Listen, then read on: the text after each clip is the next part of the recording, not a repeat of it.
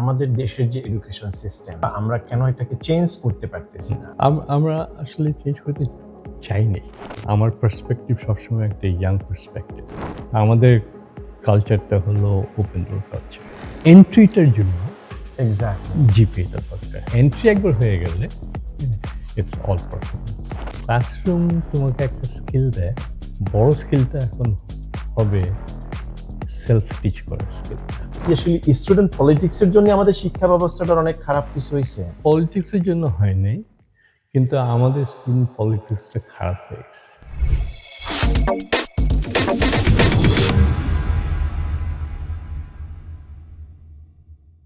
Hello everyone, আসসালামু আলাইকুম। So আজকে আমি অনেক বেশি এক্সাইটেড কারণ this is my first podcast episode. So আজকের এপিসোডে আমার সাথে যিনি আছেন অনেক বেশি একজন হাইলি রেসপেক্টেড এবং academic person, doctor Mohammad Islam. So doctor Mohammad Islam as a Kamrul ভাই হিসাবে আমাদের সেন্ট লুইস কমিউনিটিতে অনেক বেশি পরিচিত। তো ডক্টর মোহাম্মদ ইসলাম তিনি তার ব্যাচেলর কমপ্লিট করেছিলেন ফ্রাঙ্কলিন কলেজ থেকে, ইকোনমিক্স অ্যান্ড ম্যাথমেটিক্স ডিপার্টমেন্টে। দেন ইন্ডিয়ানা ইউনিভার্সিটিতে বিজনেস ফিল্ডে তিনি তার পিএইচডি কমপ্লিট করে associate professor in the economics department at Saint Louis university. So Bangladesh থেকে ইউএসএতে আন্ডার গ্রাজুয়েট, পিএইচডি, দেন একজন associate professor at a reputed university. So obviously জার্নিটা অতটা বেশি স্মুথ ছিল না। সো আজকের এই এপিসোডে আমরা জানতে পারবো আসলে তার একাডেমিক লাইফটা কিরকম ছিল, ইভেন একজন ইকোনমিক্স ডিপার্টমেন্টের অ্যাসোসিয়েট প্রফেসর হিসাবে একটা দেশের ইকোনমিক ডেভেলপমেন্টের জন্য কোন কোন জিনিসগুলোর দিকে অনেক বেশি ফোকাস করা উচিত, বা আমাদের দেশের শিক্ষা ব্যবস্থাটার পিছনে আসলে রহস্যটা কোথায়, আমরা কেন গ্লোবালি কম্পিট করতে পারতেছি না, বা আপনি যদি প্রফেসর হতে চান বা আপনার যদি এইম থাকে যে আপনি ইউএসএতে পিএইচডি করবেন বা একজন প্রফেসর হবেন, তাহলে আপনি আসলে কোন কোন প্রবলেমগুলো ফেস করতে পারেন। সো আজকের এপিসোডের থ্রুতে আপনি ওভারঅল আমি বলবো যে এসব ইনফরমেশনগুলো আপনি পাবেন।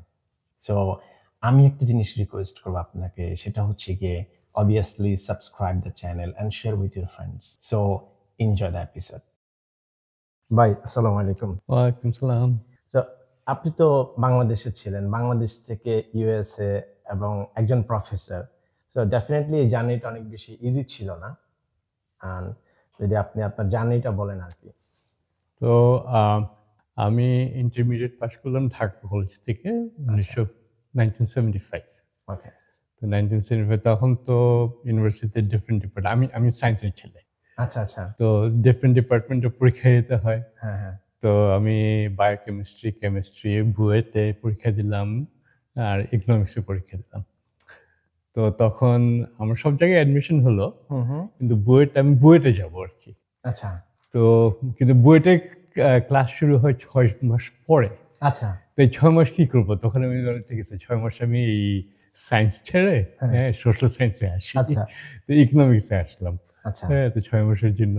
কিন্তু তখন আমার ইকোনমিক্স পছন্দ হলো। আচ্ছা। বাট তারপর ইকোনমিক্স অনেকের তো পছন্দ না, ম্যাথ থাকে, স্ট্যাটিস্টিক্স অনেক বেশি আপনার অনেকে আমি চিন্তা যেহেতু করে। সায়েন্সের ছেলে, হ্যাঁ। আমার ম্যাথ ব্যাকগ্রাউন্ডটা আমার ছিল অলরেডি। তো আমার ঢাকা কলেজ থেকে আমি যখন ইন্টারমিডিয়েট দিই, physics, chemistry, math, electric math, এগুলো আমার সাবজেক্ট ছিল। তো সেজন্য আমার ম্যাথ ব্যাকগ্রাউন্ডটা ছিল অলরেডি আচ্ছা। আসার আগে। তারপরে তো মানে হুট করে কিভাবে কেন প্ল্যান হলো যে আপনি ইউএসএ তে আসবেন? এটা সব ঠিক প্ল্যান না। আচ্ছা। তখন তো খুব ডিফিকাল্ট ছিল। হুম, কারণ সবকিছু চিঠির মাধ্যমে। হুম। ধানমন্ডিতে একটা অফিস ছিল, ইউনাইটেড স্টেটস ইনফরমেশন সার্ভিস। আচ্ছা। তো ইউএসআইএস ইনফরমেশন সার্ভিস ওদের একটা ফাংশন ছিল যে বিভিন্ন কলেজের ইনফরমেশন তারা ক্যারি করতো। আচ্ছা। যেরকম কলেজের ক্যাটালগুলা তাদের লাইব্রেরিতে ছিল। কোথায় স্কলারশিপ আছে, কিছু ইনফরমেশন ওদের কাছ থেকে পাওয়া যেত। তো আমি অত যাই নাই, কিন্তু আমার একটা ফ্রেন্ড ছিল কেমিস্ট্রিতে, হুম, হুম। আমার ১ বছর সিনিয়র।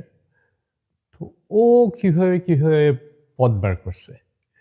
তো ও পদ বার করছে, তো ও চলে আসছে আমার ১ বছর আগে। তারপর আমাকে বলছে যে, "এই কতগুলা ইউনিভার্সিটি আছে এখানে এপ্লাই করতে, কারণ ওখানে স্কলারশিপ আছে।" তো আমি যখন আসলাম তারপর আমি দিলাম, এসিটি দিলাম। তো এটাতে রেজাল্টটা মোটামুটি ভালো আসছিল। তারপর ওর কথা মতো আমি এরকম 4-5টা ইউনিভার্সিটিতে অ্যাপ্লাই করলাম। তো এখান থেকে ইন্ডিয়ানাতে একটা ইউনিভার্সিটি, ফ্র্যাঙ্কলিন কলেজ নাম, ওইখানে আমার অ্যাডমিশন হলো। সাথে আমার টিউশন ওয়েভ করে দিল। ওকে। টিউশন ওয়েভ করে দিল। আর আমি যে হোস্টেলে থাকতাম এখানে, হোস্টেলের রুমের পয়সা দিতে হতো না, শুধু আমার খাওয়ার পয়সাটা লাগতো। তো তখন খাওয়ার জন্য $800 করে লাগতো বছরে। আচ্ছা। তো কিছু নিয়ে আসছিলাম সাথে। তারপর আমি কাজ করতাম ক্যাফেটেরিয়া 2 বেলা। সকালবেলা নাস্তা ক্যাফেটেরিয়ায়। এটা কত সালে ছিল? 1977। আচ্ছা। হ্যাঁ, তো সকালবেলা ক্যাফেটেরিয়ায় কাজ করলে ওরা ব্রেকফাস্টটা দিত, রাত্রিবেলা ডিনারের সময় কাজ করলে ডিনারটা দিত। আর ওইটার থেকে যা বেতন পেতাম, তখন বেতন ছিল $2.35 করে আওয়ার। ওইটাতে দুপুরে খাওয়া হয়ে যেত আর কি। এই আর এখন যদি কাউরে অফার করে যে তোমার আওয়ারলি $5 দিবে, বলবো যে আপনি কি আমার সাথে হ্যাঁ, করতেছেন? তাই।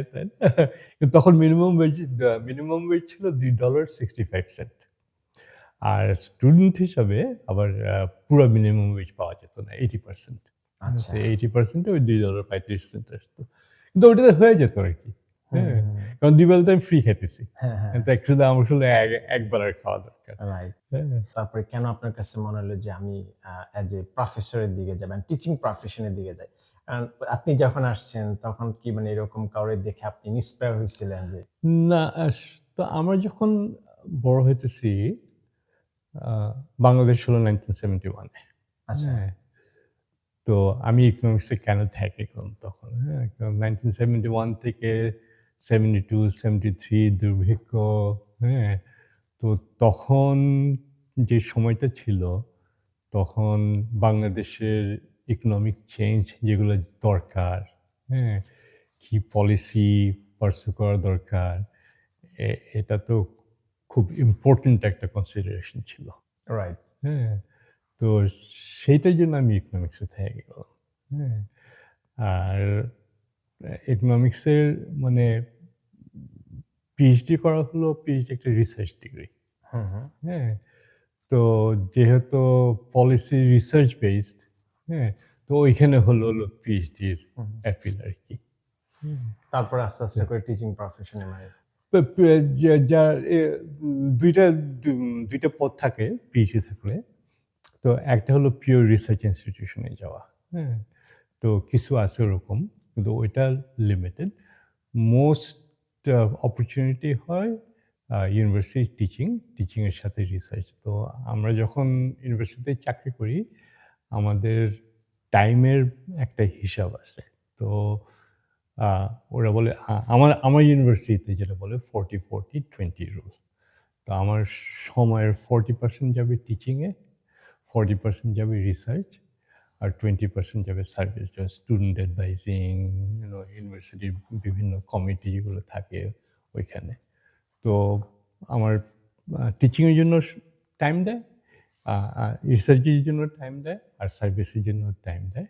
হ্যাঁ, আর আমার যখন বছরের শেষে যখন ইভ্যালুয়েশন হয় প্রত্যেক বছর, হ্যাঁ, ওই হিসাবে যে আমার 40% স্যালারি ওয়েট টিচিংয়ের উপরে, 40% স্যালারি ওয়েট রিসার্চের উপরে, আর 20% হলো সার্ভিসের উপরে। ওকে।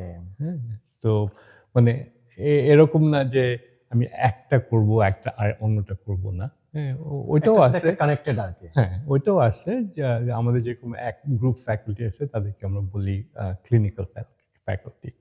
তো তাদের কোনো রিসার্চ রেসপন্সিবিলিটি নেই, তাদের শুধু টিচিং রেসপন্সিবিলিটি। তো তাদের যখন ইভ্যালুয়েশন হয়, তারা হলো 80% টিচিং, 20% সার্ভিস। সো আপনি তো অনেক বছর ধরে টিচিং প্রফেশনে, হাউ মেনি ইয়ার্স? এই তো 37। 37। ওকে, 37 ইয়ার্স, এটা লং টাইম।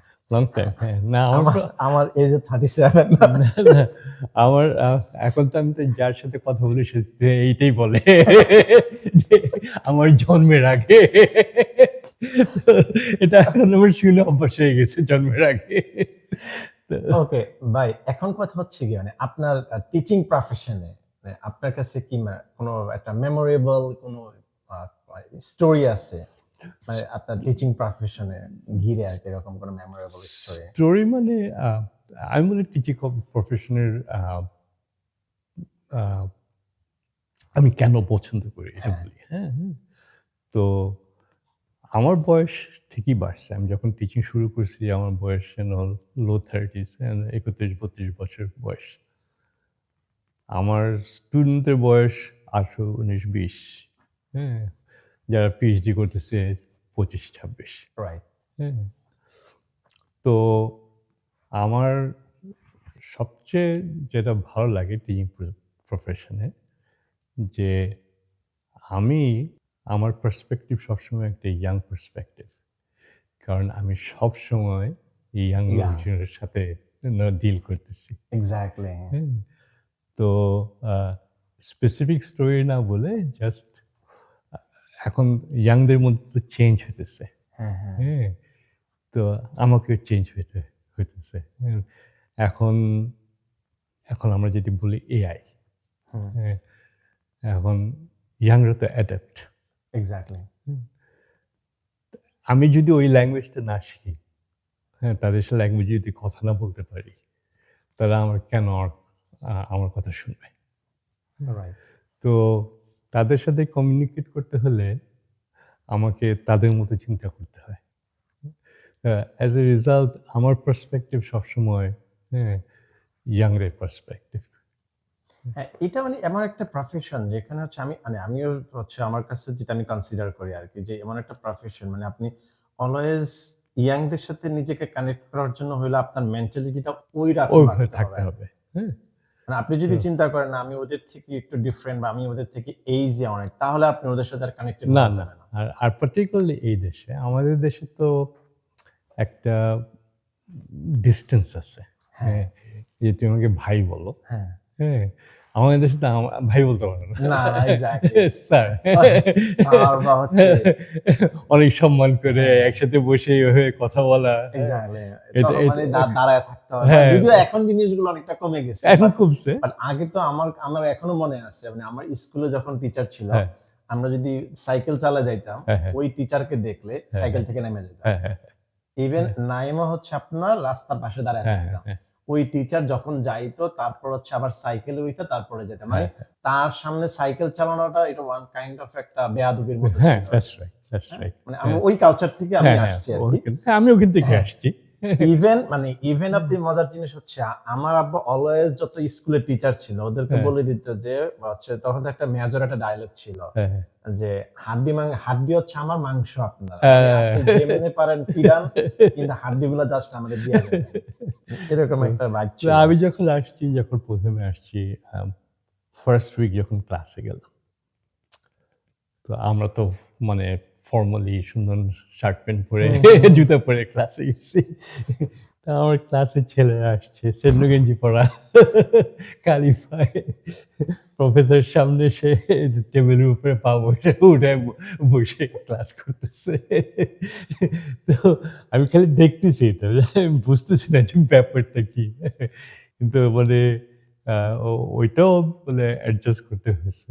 এক্স্যাক্টলি। কিন্তু মানে ইয়েটা হলো যে মানে স্টুডেন্টের সাথে প্রফেসরের সাথে আমাদের দেশে যেরকম একটা পাওয়ার হায়ারার্কি আছে, সেটা তো এখানে নাই। হ্যাঁ, তো সেজন্য স্টুডেন্টের সাথে ক্লোজও হওয়া যায়। হ্যাঁ, তো আমি স্পেসিফিক্যালি মেমোরেবল কিছু বলবো না, জাস্ট আমি একটা স্টোরি করি। একটা ফানি কোনো মোমেন্ট যদি থাকে। ফানি না, একটা ভালো মুভমেন্ট। আচ্ছা, আমার ক্লাসে একটা ছেলে ছিল, অনেক এদের 15-20 বছর হয়ে গেছে। ছেলেটা ড্রাগ করতো, ক্লাসে আসতো ড্রাঙ্ক। তো ওকে আমি একদিন আমার অফিসে ডাকছি।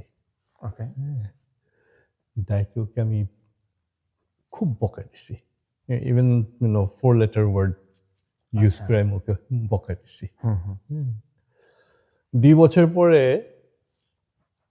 আমাদের কমেন্সমেন্টে একটা ছেলের সঙ্গে জড়ায় ধরছে। আচ্ছা। হ্যাঁ, সেই ছেলে সে বলল যে ওই যে ওকে আমি বকা দিছিলাম ওই দিন, ওইটার জন্য সে ওই দিন গ্র্যাজুয়েট করতে পারছে।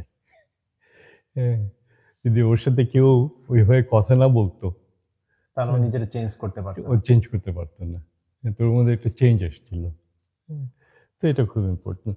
আমি এটা আজকে আইনি, আমি জাস্ট, আমার তো এখন ক্যারিয়ার শেষ হয়ে যেতেছে। দেখো আমার ফোনে আছে আসলে, আমি তুমি আজকে আসলে জানলে আমি এটা নিয়ে আসতাম সাথে করে। তো এই যে আমার একটা স্টুডেন্ট আমাকে একটা Oh my, note it's a লিখছে। long letter. হ্যাঁ, তো এটা জাস্ট মঙ্গলবার দিন আমাকে দিছে। হ্যাঁ, তো এটা আমি শেয়ার করতে পারতাম না তোমার সাথে, কিন্তু এগুলি হলো হ্যাঁ। ওইটাও মেমোরি, একরকম মেমোরি। যে অনেক সময় আমার লেসন হলো এখানে একটা, যে আমি যদি ওর সাথে ওইভাবে ডিরেক্টলি কথা না বলতাম তাহলে ওইটা ওর গায়ে লাগতো না। হ্যাঁ, আমি তো ওকে ইগনোর করতে পারতাম। ডেফিনেটলি অনেক তাই না? প্রফেসর এগুলো ইগনোরও করে যায়, হ্যাঁ, কেয়ারও করে না, ও কি হ্যাঁ। আসলে ক্লাস করলো কি করলো করলো না। না। কারণ আমি তো হচ্ছে যে আমার তো মাস্টার্স আপনার 12 সাবজেক্ট ছিল। হ্যাঁ, হ্যাঁ, সো 12 সাবজেক্টে আমি তো 12 প্রফেসরকে ফেস করছি। তো আমি দেখলাম যে কিছু কিছু প্রফেসর ছিল যে খুব বেশি সিনসিয়ার, ডেডিকেটেড, হ্যাঁ, ইভেন প্রত্যেকটা স্টুডেন্টের অ্যাটেনশন পাওয়ার হ্যাঁ, হ্যাঁ, ট্রাই করে। হ্যাঁ। ইভেন আদার্স যারা কিছু কিছু প্রফেসর ছিল, মানে এদের হচ্ছে যে আমি আসলাম, ক্লাস করাইলাম, চলে গেল। প্রফেসর মানে স্টুডেন্টরা কি শিখলো না, I don't need to care about that one, হ্যাঁ, I need to do my job. হ্যাঁ, হ্যাঁ, হ্যাঁ, হ্যাঁ, সো তো এটার বাইরে যায় ওই যে বিয়ন্ড দ্য রোল, হ্যাঁ, হ্যাঁ, হ্যাঁ, যে করতে পারে সেই অ্যাকচুয়ালি অ্যাপ্রিসিয়েশনের দাবিদার। হ্যাঁ। তো সেটা আসলে, আমার ইউনিভার্সিটিতে একটা ইয়ে আছে যে মোটামুটি সব ফ্যাকাল্টি, আমি বিজনেস স্কুলে অনেকদিন ধরে পড়াইছি। আমরা যখন হায়ার করি, আমরা এই কনভারসেশনটা সবার সাথে হয়, মানে আমাদের কালচারটা কি। আমাদের কালচারটা হলো ওপেন ডোর কালচার। হ্যাঁ, যে আমরা এখানে আসি স্টুডেন্টদের সার্ভ করার জন্য, and as a result student যেটা নিড আছে ওই নিডটা আমরা প্রায়োরিটাইজ করি, ওই নিডটা আমরা মিট করার চেষ্টা করি। তো তো এইটা মানে আমার ইউনিভার্সিটির এটা একটা খুব ভালো জিনিস।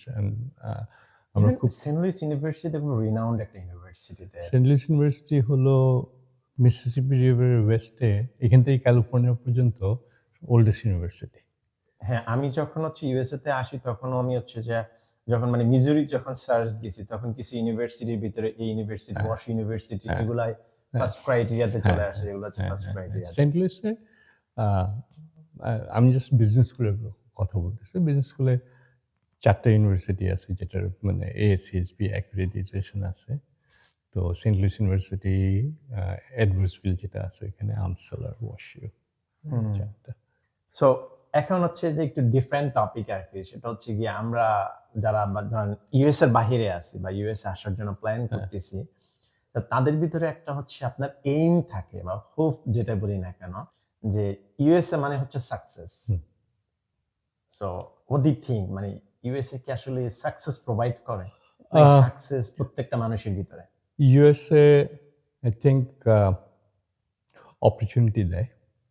ওকে, হ্যাঁ, সাকসেস তো আলটিমেটলি নিজের উপর ডিপেন্ড করে। হ্যাঁ, কিন্তু মানে এখন এই লাস্ট 2 বছর সেকেন্ড ট্রাম্প আসার পরে জিনিসপত্র একটু ডিফারেন্ট। কিন্তু এখানে যারা আসে, যারা পড়াশোনা করে, যারা পড়াশোনা করে এখানে থাকে, চাকরি বাকরি করতে চায়, তাদের একটা পথ আছে এখানে। হ্যাঁ, হ্যাঁ, তো অপরচুনিটি আছে, 2 রকম অপরচুনিটি আছে। তোমার প্রফেশনাল গ্রোথের অপরচুনিটি আছে, আর সাথে ইনকামও ইম্পর্টেন্ট। একটা সাফিসিয়েন্ট ইনকাম যেটা দরকার হয় একটা লোকের। তখন তো ইয়াং, 5 বছর পর তোমার ছেলে মেয়ে হবে, তখন তোমার একটা নিড থাকে, একটা বাড়ি লাগবে। এখন যেভাবে থাকতেছো, তো 5 বছর পর তো এইভাবে থাকতে পারবো না। তো সেই অপরচুনিটিটা আছে, হ্যাঁ, এই দেশে। আহ, এদেশের লোকজন ভালো, হ্যাঁ। এখন তো একটু চেঞ্জ হয়েছে, কিন্তু ধরো তোমার এই যে আমরা যেটা বলি ডিবি, হ্যাঁ, ডিবি লটারি যেটা ছিল লটারি, হ্যাঁ। তো দেখো একটা দেশে ইমিগ্রেন্ট আনতেছে, তারা কিন্তু তোমাকে বাছাই করে আনতেছে না, হ্যাঁ। তোমাকে তুমি যেই হোক, রাইট, তোমার নামটা উঠলে তুমি আসতে পারতেছো। হ্যাঁ, এটা কিন্তু অন্য কোথাও নেই, না, হ্যাঁ। অন্য কোথাও এই তোমার একটা স্কিল থাকলে তোমাকে আনলো, হ্যাঁ, তো তাদের স্বার্থে আনলো, হ্যাঁ, কিন্তু এরকম তোমার স্কিল আছে না আছে, তোমার নাম উঠছে, চলে আসলা, এটা কোথায়, এটা এটা আসলে ওয়ার্ল্ডে কোথাও নাই। কোথাও নেই, তাই না? Right. হ্যাঁ। তো এইটা, হ্যাঁ, আহ, একটা ভেরি ইউনিক জিনিস। হ্যাঁ, তো এটা এখানে আছে, কিন্তু অন্য জায়গায় নেই এটা। হ্যাঁ, তো আমরা যেটা বলি ডেমোক্রেটিক, হ্যাঁ, এটা ভেরি ডেমোক্রেটিক থিং। ডেমোক্রেটিক মানে কি, মানে সবার একটা ইকুয়াল একটা অপরচুনিটি আছে। ডিবি হলো সবার একটা ইকুয়াল অপরচুনিটি আছে, হ্যাঁ। নাম আছে বক্সে, উঠলো চলে আসলো। রাইট। সো আরেকটা জিনিস ভাই, সেটা হচ্ছে কি মানে আপনার একাডেমিক ক্যারিয়ারে সিজিপি এর অ্যাকচুয়ালি ভ্যালুটা কতটুকু? একাডেমিক ক্যারিয়ার, ধরো তোমার, তুমি আন্ডার গ্রাজুয়েট ডিগ্রি করলা, ওইটার থেকে তুমি একটা মাস্টার্স ডিগ্রি যাবা, ওইখানে জিপির একটা ভ্যালু আছে, হ্যাঁ। তুমি মাস্টার্স শেষ করলা, ওইখান থেকে তুমি পিএইচডিতে যাবা, হ্যাঁ, ওইখানে জিপির একটা ভ্যালু আছে। তারপর আর চাকরি ক্ষেত্রেও তাই, যেরকম এখন কি জানি না, এরকম বোয়িং, ইন্টেল, এরা যখন হায়ার করতো, ওদের সবার একটা মিনিমাম জিপিএ রিকোয়ারমেন্ট ছিল। তোমার যে 3.0 জিপিএ না হয়, তাহলে তোমাকে ইয়ে করবে না, ইন্টারভিউ করবে না, হ্যাঁ। তো এরকম ছিল তা, হ্যাঁ। তো এখনো ওইটা আছে কিনা জানি না, কিন্তু একসময় ছিল। এখন জিপিএ তাহলে একটা হার্ডল, হ্যাঁ। তোমার যে 3.0 থাকে, তুমি গিয়ে এই কোম্পানিতে অ্যাপ্লাই করতে পারবে, এখানে গিয়ে একটা চাকরি করলা। আমারও মাস্টার্স প্রোগ্রাম ঢুকলাম, জিপিএ দেখায়, অথবা পিএইচডি প্রোগ্রাম ঢুকলাম, জিপিএ দেখায়। এন্ট্রিটার জন্য এক্স্যাক্টলি জিপিএটা দরকার, হ্যাঁ। তা একবার এন্ট্রি হয়ে গেলে, হ্যাঁ, তারপর সব কাজের উপরে, স্কিলের ভ্যালু হ্যাঁ, আর কি, যে আমি হ্যাঁ, কতটুকু কাজের উপরে, হ্যাঁ। তখন আর আর কোনো ভ্যালু নেই, হ্যাঁ, ওইটার। তুমি যখন ডাক্তারের কাছে যাও, একটা ডাক্তারে তুমি জিজ্ঞেস করো না যে তোমার ডিগ্রি কোত্থেকে, ডেফিনেটলি তোমার জিপিএ কিরকম ছিল, সার্ভিসটাকে আমরা ভ্যালু দিই আর কি। হ্যাঁ। তো তখন আমি ওই ডাক্তারের কাছে যাই, কারণ আমাকে 10 জন বলছে এটা ওই ডাক্তারটা ভালো, হ্যাঁ, সময় দেয়, হ্যাঁ, ভালো করে ট্রিট করে, রাইট, ওইটা। তো তার রেপুটেশনের উপরে আমি চাইতেছি। তো তুমি যখন তুমি এন্ট্রিটা পেলে, এন্ট্রিটা পাওয়ার পরে, হ্যাঁ, তোমার হলো তুমি তখন তোমার পারফরমেন্সে তোমার রেপুটেশন হবে, সেই রেপুটেশনের উপর তুমি নেক্সট জব বা নেক্সট লেভেল যেটা হয় সেটাতে যেতে পারবা। আমাদেরটা একটা মিড লেভেল ইউনিভার্সিটি। তুমি যদি হার্ভার্ড দেখো অথবা দেখো, হ্যাঁ, এমআইটি দেখো, তারা হায়ার লেভেল ইউনিভার্সিটি। কিছু কোম্পানি আমাদের ইউনিভার্সিটিতে আসবে না ইন্টারভিউ করতে, হ্যাঁ, তারা শুধু ওইখানে যাবে। তো ওই স্টুডেন্টরা, ওই গ্র্যাজুয়েটগুলা ওই কোম্পানিতে এন্ট্রি পাবে, আমাদেরটা ডিরেক্টলি এন্ট্রি পাবে না। কিন্তু আমাদেরগুলা 5 বছর কাজ করে যখন দেখে যে খুব ভালো, হ্যাঁ, তখন তাদেরকে হায়ার করবে, হ্যাঁ। কিন্তু তাদেরকে মানে ইনিশিয়ালি হায়ার করবে না, কারণ তারা আসতেছে না এখানে ইন্টারভিউ করার জন্য। তো ওইখানে একটা ভ্যালু আছে, হ্যাঁ। তোমার জিপিএ একটা ভ্যালু আছে, তোমার কোন ইউনিভার্সিটি থেকে গ্র্যাজুয়েট করতেছো ওইটারও একটা ভ্যালু আছে। কিন্তু ভ্যালুটা হলো যে এন্ট্রিটা, হ্যাঁ, এন্ট্রি একবার হয়ে গেলে ইটস অল পারফরমেন্স। একটা জিনিস হচ্ছে কি ভাই, মানে লাইফে কমিউনিকেশন স্কিলের গুরুত্ব কতটুকু? এখন আমরা যেটা বলি বিজনেস স্কুলে, যে তোমার হার্ড স্কিল আছে, সফট স্কিল আছে। তুমি যে কোনো জায়গায় দেখো, ধরো তুমি ইঞ্জিনিয়ার হলো, তোমার একজন অ্যাকাউন্টেন্ট হলো, তো তুমি অ্যাকাউন্টিং এর সব রুল জানো। হ্যাঁ,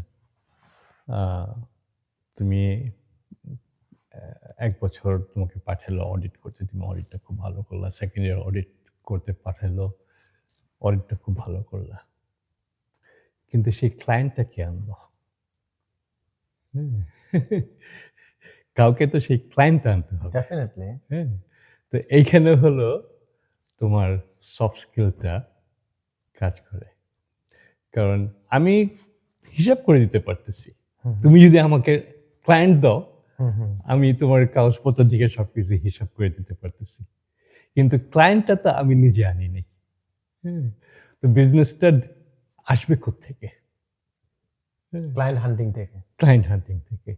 তো সেইখানে তোমার পার্সোনালিটি, সেইখানে তোমার, হ্যাঁ, তুমি লোকজনের সাথে বসে, হ্যাঁ, এটা কথা বলতে পারে। এই যে তুমি যে জিনিসটা করতেছো, এটা তো সবাই পারে না।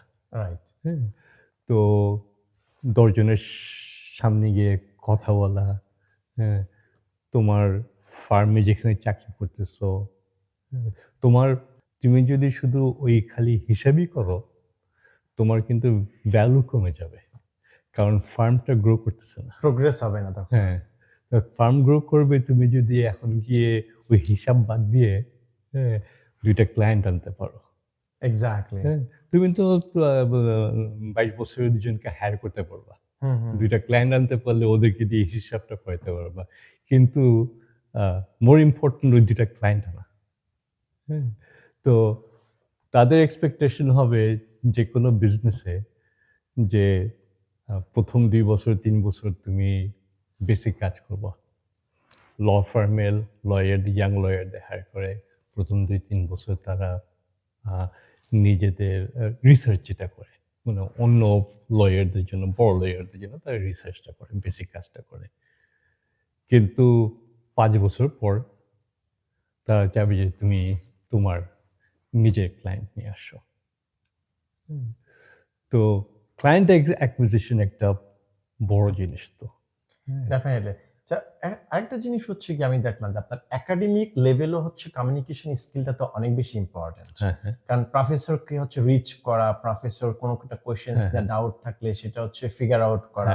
কারণ আমি দেখলাম যে আপনার ইন্ডিয়ান স্টুডেন্টদের ভিতরে যে জিনিসটা দেখছিলাম যে ওদের ভিতরে মনে হয় কিছুটা ফবিয়া কাজ করে আর কি, যে এথিকি ফবিয়া আর কি, বা ওয়ান কাইন্ড অফ কি বলে এটাকে, যে আমি প্রফেসরকে জিজ্ঞাসা করবো সে কি মনে করে না মনে করে। না, ওইটা তো আমাদের দেশ থেকে যারা মানে হায়ারার্কি যারা আছে, হ্যাঁ, যে আমরা অ্যাপ্রোচ করতে চাই না, হ্যাঁ, একজন প্রফেসরকে।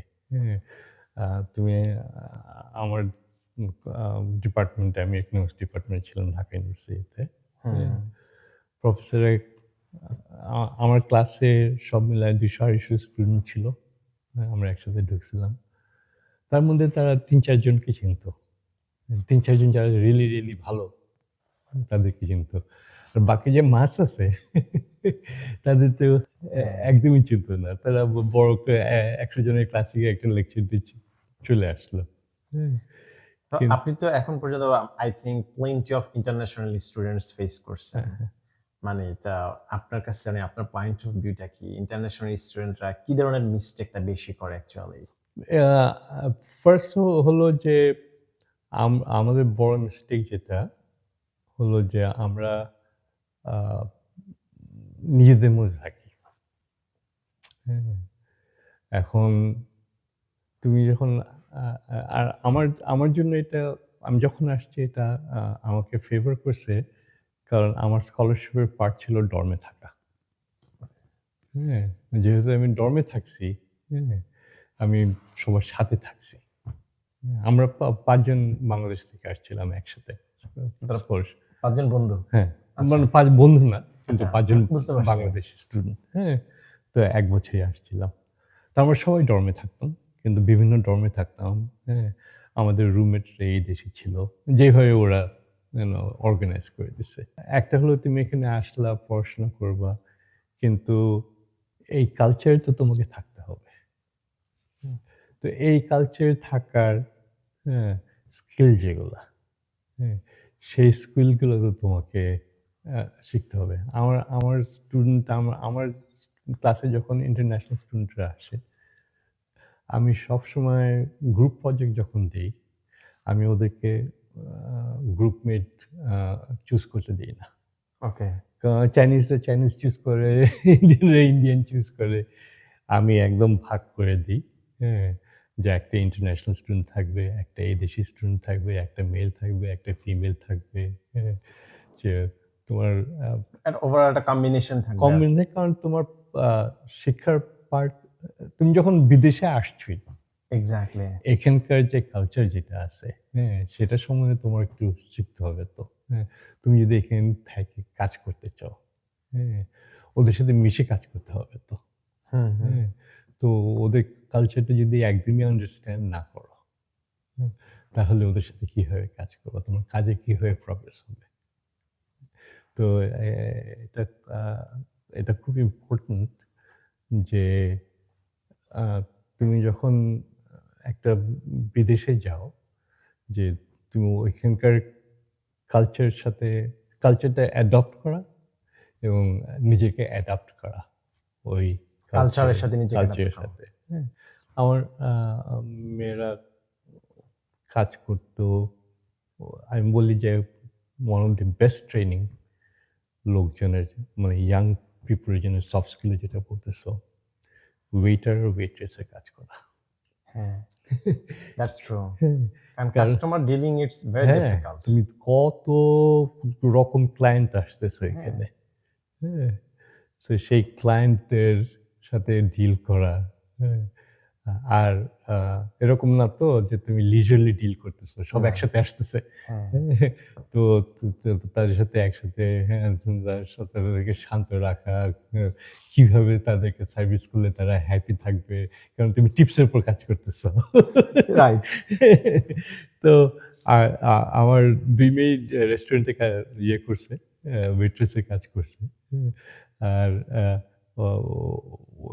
ওই স্কিলটা, মানে কাস্টমারের সাথে, এটা কমিউনিকেশন স্কিল, তাই হ্যাঁ, না? কমিউনিকেশন। কমিউনিকেশন স্কিল আর কালচারাল স্কিল। হ্যাঁ। যে ওইখানকার যে আমার যে ক্লায়েন্ট আছে যেগুলা, হ্যাঁ, সেই ক্লায়েন্টগুলো কিরকম, এক্স্যাক্টলি। হ্যাঁ, তো তারা কিভাবে তাকে সার্ভ করলে, হ্যাঁ, তাদের কি নিড আছে, হ্যাঁ, সেই নিডটা আমি কিভাবে ফুলফিল করব, হ্যাঁ, and তারা এখান থেকে বার হওয়ার সময় খুশি হয়ে বাইর হবে, আমার ৩ টাকার টিপস দিবে, ২ টাকা না দিয়ে, ১ টাকা না দিয়ে। এটা ফিডব্যাক ইনস্ট্যান্ট পাওয়া যায়, তাই মানে না? আমার সার্ভিসের ফিডব্যাকটা একদম ইনস্ট্যান্ট। সাথে সাথে, তাই না? হ্যাঁ। তো তো এটা হলো সফট স্কিল। তো কিন্তু ওই সিচুয়েশনের মধ্যে যেতে হবে তো। সো যারা হচ্ছে কি এখন প্ল্যান করতেছে, ধরেন ইউএসএ তে আসবে, সো তারা অ্যাকচুয়ালি কোন মাইন্ডসেটটা নিয়ে আসা উচিত?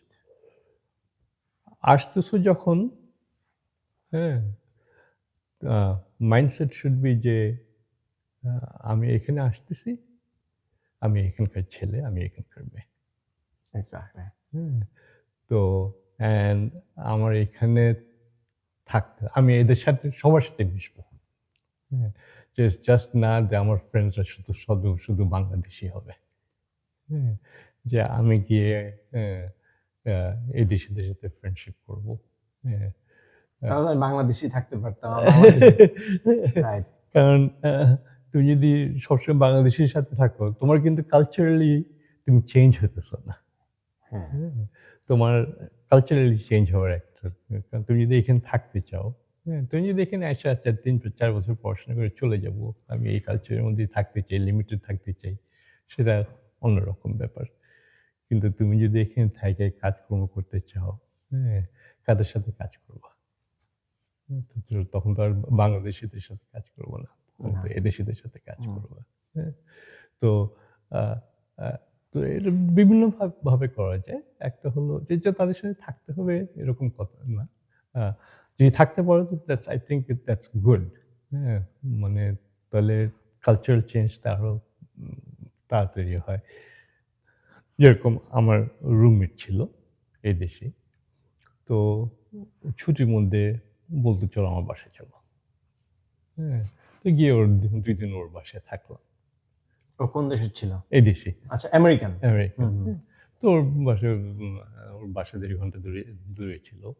তো ওর বাসায় গিয়ে থাকলাম। ওর বাপ মার সাথে ২-৩ থাকলাম। তো এটা তো একটা তখন এক্সপেরিয়েন্স হতে। এক্স্যাক্টলি তখন হ্যাঁ। কালচারালি নিজেকে অ্যাডাপ্ট করা যায়, ওদের অ্যাডাপ্ট কালচার, করতে ওদের হবে। হ্যাঁ, বিহেভিয়ার। হ্যাঁ, হ্যাঁ। এক্স্যাক্টলি। যেরকম আ ইয়ে just things you get used to. আমি যখন আসছি ডর্মে তো ডর্মের শাওয়ার আছে, শাওয়ারে কোনো দরজা নেই। আচ্ছা। শাওয়ার লাগালে তো আমরা অভ্যস্ত না যে ওপেন শাওয়ার ছেলেরা সব একসাথে গোসল করতেছে। আমরা গিয়ে রাতে ওরা ২টা-৩টার সময় গিয়ে গোসল করতাম যাতে শাওয়ারে কেউ না থাকে। তারপরে দেখি ২টা-৩টার সময় ঢুকে যায় লোকজন শাওয়ারে। মানে ওরা ইউজুয়ালি কি সব একসাথে শাওয়ার নেয়? হ্যাঁ, সব ওপেন। হ্যাঁ, এরকম ৪টা ৫টা ৬টা শাওয়ার হেড আছে। যে যেখানে শাওয়ার নিতেছে। তো দে ইউজড টু। এবার দেখ আমরা কত কষ্ট করতেছি ওটা এভয়েড করার জন্য। তারপর দেখি ওই ২টার সময় গেলে কেউ চলে আসে শাওয়ারে। তারপর আমার ওইটা অভ্যাস হয়ে গেল তখন। এইগুলা কতগুলা জিনিস মানে এটা একটা এক্সট্রিম এক্সাম্পল, কিন্তু অ্যাডাপ্টেশন লাগে তো এটা। তো এখানে যদি থাকবা, এখানে যদি কাজ করবা, আই থিঙ্ক ইউল বি এখানে হ্যাপিয়ার হওয়া তুমি যদি এই কমিউনিটির মেম্বার হও, ফুললি মেম্বার হও। বুঝতে পারছি। মানে যদি দূরে থাকো তাহলে তুমি তো ফুললি ইন্টিগ্রেটেড না। রাইট। তো অনেকের হয়তো এটা চলে যায়, কিন্তু তোমার ২ রকম কন্ট্রিবিউশন আছে। একটা হলো তোমার নিজের জন্য, তোমার নিজের ফ্যামিলির জন্য। হুম, হুম। আর একটা কন্ট্রিবিউশন হয় তোমার কমিউনিটির জন্য। হ্যাঁ, তো যেরকম অনেকে ভলান্টিয়ার কাজ করে হুম, হুম। কমিউনিটির জন্য, তো তোমাকে তখন ওই কমিউনিটির পার্ট হতে হবে। আমাদের এখানে অনেকে ধরো করে, কিন্তু মসজিদ বেসড, মসজিদের বাইরে যায় না। রাইট। হ্যাঁ, কিন্তু মসজিদের বাইরে যে মসজিদের বাইরে আমি হচ্ছে আপনার রিসেন্টলি সেন্ট লুইস জুতে গেছিলাম। হ্যাঁ। ইভেন ওই জায়গায় হচ্ছে ভলান্টিয়ার পাইছি। হ্যাঁ, হ্যাঁ, ভলান্টিয়ার ওয়ার্ক করতেছে। ইভেন করতেছে। খুবই হ্যাঁ, অ্যাডাল্ট একজন হ্যাঁ। লোক আর কি। একজন আমি ভিডিও করছিলাম। হ্যাঁ, হ্যাঁ, হ্যাঁ, হ্যাঁ। তো সেটা মানে ডিফারেন্ট ওয়ে, হ্যাঁ, থাকে না তোমার তোমার ফুলফিলমেন্ট যেটা হয় তোমার লাইফে, ফুলফিলমেন্টটা হয় মানে কানেক্টেডনেস থেকে। হ্যাঁ, আমি তোমার সাথে কানেক্টেড, হ্যাঁ, আমি আমার কমিউনিটির সাথে কানেক্টেড, আমি আমার দেশের সাথে কানেক্টেড। এখন আমি তো ওইখানে না, না। আমি তো এখানে। হুম। তা আমি যদি এখানে কানেক্ট না করি, আমার সবসময় অর্ধেক অর্ধেক মনে হবে। হ্যাঁ, এক্স্যাক্টলি। তো সেইটা হলো ইম্পর্টেন্ট যে তুমি ইউ থিঙ্ক যে তুমি যদি এখানে আসো, আচ্ছা ঠিক আছে আমি এখানে আসছি, আমি এখন এই কমিউনিটির একজন মেম্বার। মেম্বার। হ্যাঁ, অ্যান্ড যেহেতু আমি এই কমিউনিটির মেম্বার, আমি যদি দেশে থাকতাম আমার কমিউনিটি যে জিনিসগুলো করতাম আমি এখানে সেম কাজগুলো করব। করব। হ্যাঁ, তো ওই মাইন্ডসেটটা আই থিঙ্ক আমার। ইভেন আমেরিকানরা দে আর সো মাচ ফ্রেন্ডলি। হ্যাঁ, ওরা অনেক ফ্রেন্ডলি। হ্যাঁ, হ্যাঁ, এটা একটা পজিটিভ একটা জিনিস আর কি। মানে আমি যদি কোনো জিনিস জানতে চাই, হ্যাঁ। ইভেন ওরা ট্রাই করে হ্যাঁ, হ্যাঁ, এটাকে এক্সপ্লেইন করার জন্য। হ্যাঁ, ইভেন একবার না বুঝলে সেকেন্ড টাইমও ট্রাই করে এক্সপ্লেইন করার জন্য। হ্যাঁ। বাট আমি মনে করি যে এটা ডেফিনেটলি গুড অপরচুনিটি ফর হ্যাঁ, everyone actually who are wants to তুমি কানেক্ট উইথ ইচ আদার হ্যাঁ, অ্যাকচুয়ালি। হ্যাঁ, হ্যাঁ। তোমার এখানে তোমার এখন দেখো এই এই কারেন্ট অ্যাডমিনিস্ট্রেশনে হুম, হুম। ইন্ডিয়ান ব্যাংকের কত লোক ইনভলভড, ডেফিনেটলি। কিন্তু আমরা কিন্তু অত ইনভলভ না। ওদের ভিতরে কিন্তু সোশ্যাল কমিউনিকেশনটা অনেক বেশি স্ট্রং। আছে, ইভেন হ্যাঁ। ওরা ওদের টাইটা অনেক স্ট্রং। হ্যাঁ। একজন একজনের সাথে খুব বেশি কানেক্টেড। হ্যাঁ। ইভেন ওদের কমিউনিটিটা অনেক হ্যাঁ, স্ট্রং। হ্যাঁ, হ্যাঁ। তো তোমার যদি তুমি যদি এই দেশ যদি তুমি অ্যাডপ্টই করো, হ্যাঁ, তো মানে সেই অ্যাডপ্টরের সাথে অ্যাডপ্ট করলে সেই অ্যাডপশনটা স্ট্রঙ্গার হয় যদি তুমি কমিউনিটির সাথে কানেক্ট করো। রাইট। হ্যাঁ, তো আমি বলবো যে ওইটা একটা ভেরি ইম্পর্টেন্ট থিং। তুমি কাজে যাও, হ্যাঁ, কাজে গিয়ে তুমি 10 জনের সাথে কথা বলতেছো, হ্যাঁ, কিছু কথা তোমার পার্সোনাল কথাবার্তা আছে, কিন্তু কিছু কথাবার্তা তো আমরা যেরকম দেশের পলিটিক্স নিয়ে কথা বলি, হ্যাঁ, তো ওইটা এখানেও হয়। এখন তুমি যদি ওইটার সাথে কানেক্টেড না থাকো, তুমি সবসময় ওই কনভারসেশনের বাইরে, হ্যাঁ, তুমি ওইটা পার্টিসিপেট করতেছো না ওই কনভারসেশনে। আমার তো নলেজই নাই, আমি নাই। পার্টিসিপেট করবো কিভাবে? হ্যাঁ, নাই।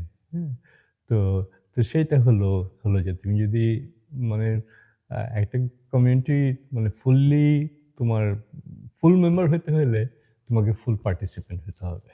আর ফুল পার্টিসিপেট হইতে হলে I have to generate knowledge. হ্যাঁ, অবশ্যই। হ্যাঁ, তোমার এই কমিউনিটির সাথে তোমার লোকজনকে চিনতে হবে। হ্যাঁ, লোকজনের সাথে কথা বলতে হবে। হ্যাঁ, তাদের কোনটা পছন্দ, কোনটা অপছন্দ, হ্যাঁ, এটা বুঝতে হবে।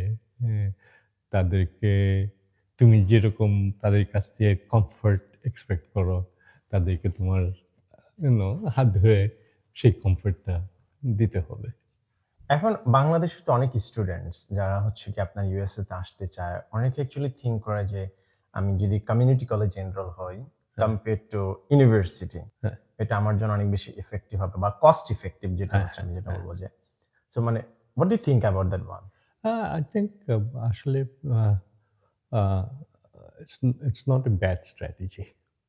বাট বাট আপনার তো হচ্ছে যে ভিসা রেশিও তো অনেক সময় দেখা যায় যে কমিউনিটি হ্যাঁ। কলেজের ক্ষেত্রে একটা ব্যাড একটা হ্যাঁ, এখন ইম্প্যাক্ট ভিসা পড়ে। না পেলে তো অন্য জিনিস। হ্যাঁ, কিন্তু আমি ধরতেছি যে ভিসা পাইছে। হ্যাঁ, ওকে।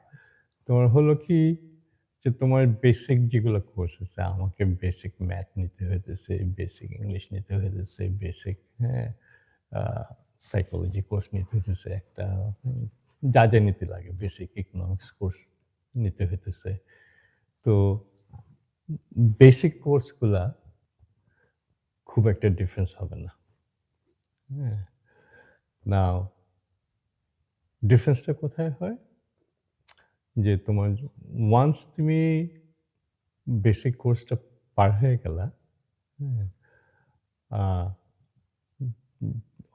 একটা 4 ইয়ার কলেজে কতগুলো ফেসিলিটি থাকে যেটা তুমি হয়তো কমিউনিটি কলেজে পাবা না। একটা 4 ইয়ার ইউনিভার্সিটি অথবা একটা ভালো ইউনিভার্সিটিতে ফ্যাকাল্টি রিসার্চ করতেছে, কেমিস্ট্রি রিসার্চ করতেছে, তো তার একটা কেমিস্ট্রি ল্যাব আছে, ল্যাবে কতগুলো ইকুইপমেন্ট আছে যেগুলা, হ্যাঁ, কন্টেম্পোরারি, হ্যাঁ, সেটা তুমি ওখানে পাবা না। হ্যাঁ, তো ওগুলা অ্যাক্সেস করতে হলে, হ্যাঁ, তাহলে তোমার আবার ইউনিভার্সিটিতে আসতে হবে। তো কিছু ওইভাবে করতে পারো, অথবা তুমি ইউনিভার্সিটি এসে প্যারালাল কিছু কোর্স, সামারের কমিউনিটি কলেজে কিছু কোর্স নিলা। এখন কমিউনিটি কলেজে অনেক কোর্স এখন অনলাইন হয়ে গেছে। তো তোমার ইউনিভার্সিটিতে তুমি 3টা কোর্স নিলা, হ্যাঁ, 2টা কোর্স বেসিক কোর্স অনলাইন নিলা কমিউনিটি কলেজে, তো তুমি ক্রেডিটটা পাইতেছো চিপার কস্টে। তো তুমি ইউনিভার্সিটিতে আছে, তুমি 700-800 টাকা করে পার ক্রেডিট আওয়ার দিতেছো, ওই জায়গায় তোমার জন্য 200-250 টাকা ক্রেডিট আওয়ার। সো আমি মনে করি যে আপনি একজন সাকসেসফুল পারসন রাইট নাও। ওকে। মেবি।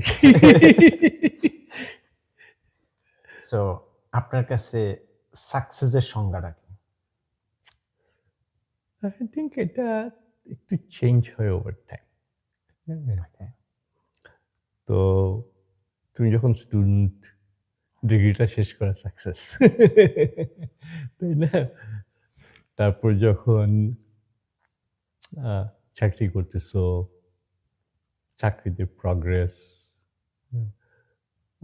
তোমার স্যালারি কেমন পাইতেছো, হ্যাঁ, ওগুলো হয়ে যায় মেজার অফ সাকসেস। আমার এখন বেসিক্যালি আমার ক্যারিয়ার তো শেষ, আমি আরেক বছর চাকরি করব, তারপর আপনি রিটায়ার নিয়ে নেবেন। তারপর আমি রিটায়ার করব। হ্যাঁ,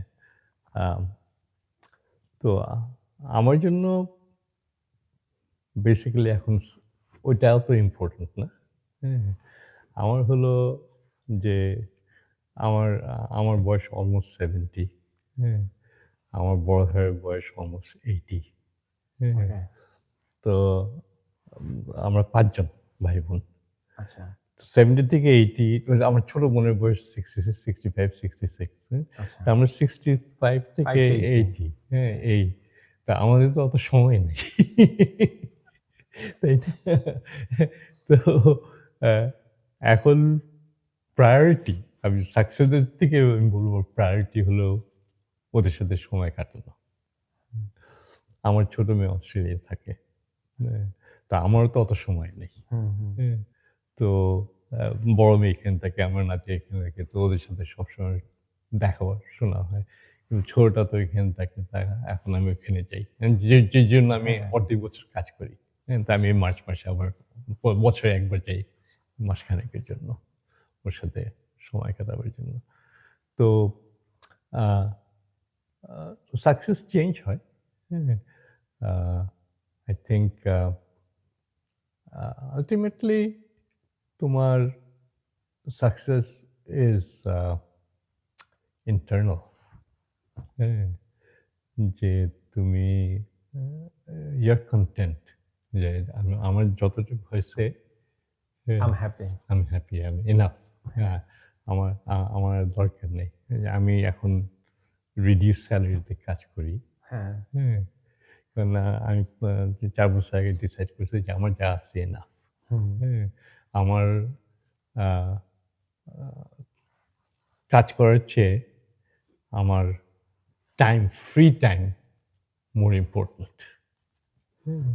তো সেই জন্য আমি হাফ ইয়ার কাজ করি। তো হাফ ইয়ার আমি ফ্রি করে নিচ্ছি। তো আমি জানুয়ারি থেকে জুলাই পর্যন্ত আমার কাজের মানে মাইনর অব্লিগেশন আছে। আমার স্টুডেন্ট অ্যাডভাইজিং এখনো করতে হয়। হ্যাঁ, তো সপ্তাহে একদিন গেলেই চলে, আমি এগুলো করতে পারি। যেগুলো আজকে আমি সকালবেলা কাজে গেছি। হ্যাঁ, তারপর স্টুডেন্টরা, গত সোমবার একটা স্টুডেন্টের সাথে মিটিং ছিল, তখন গত সোমবার একটা মিটিং করলাম, আজকে একটা মিটিং করলাম, সপ্তাহে একটা দুটো মিটিং করতেছি। আহ, কিন্তু বাকি টাইমটা আমার ফ্রি। হ্যাঁ, কারণ ওই টাইমটা এখন আমার কাছে মোর ইম্পর্টেন্ট। হ্যাঁ, টাকা পয়সা যা আছে কম্পেয়ার টু মানি। হ্যাঁ, মানে সব আছে, যা আছে দরকার আছে, আমার যা আছে চলে যাবে আমার। হ্যাঁ এর বেশি আমার দরকার নেই। আপনার চলে যাবে, এবার নেক্সট জেনারেশনেরও চলে যাবে। তো আবার চলে যাবে, আমি এইটুকু জানি। তো এখন আপনি তো যদি এডুকেশনের সাথে অনেক বছর কানেক্টেড, নিজে স্টুডেন্ট, তারপর হচ্ছে আপনার পিএইচডি, তারপর হচ্ছে আবার স্টুডেন্ট নিয়ে কাজ করা, একটা লং টাইম, মানে জীবনের আমি বলবো যে হোল পিরিয়ডটাই এডুকেশনের সাথে নিজেকে কানেক্টেড That's রাখা। true. সো আপনার কাছে কি মনে হয়, মানে আমাদের দেশের যে এডুকেশন সিস্টেম, মানে স্পেশালি আমি যদি বলি যে বাংলাদেশের কথা, so এই এডুকেশন সিস্টেমের সাথে অ্যাকচুয়ালি আমরা নিজেকে কতটুকু অ্যাডাপ্ট করতে পারতেছি না, মানে প্রেজেন্ট যেটা আসলে দরকার, মানে কোনটা অ্যাডাপ্ট করতে পারতেছি না, যেটা হচ্ছে প্রেজেন্ট যে এডুকেশন সিস্টেমটা ডমিনেট করতেছে ওয়ার্ল্ড ওয়াইড, সেটার সাথে কেন আমরা নিজেদেরকে অ্যাডাপ্ট করতে পারতেছি না, বা আমরা কেন এটাকে চেঞ্জ করতে পারতেছি না, কেন? আমরা আসলে চেঞ্জ করতে চাইনি। হ্যাঁ, দেখো আমাদের এখন কিরকম আমি জানি না। আমরা যখন ম্যাট্রিক পরীক্ষা দিলাম, ইন্টারমিডিয়েট পরীক্ষা দিলাম, হ্যাঁ, আমার প্রাইভেট টিউটর ছিল না কোনো সময়। কিন্তু আমার ফ্রেন্ডরা সবাই ওই পরীক্ষার ৩ মাস আগে টিউটরের কাছে যেত। হ্যাঁ, তারা সব দাগে। নোট করতো।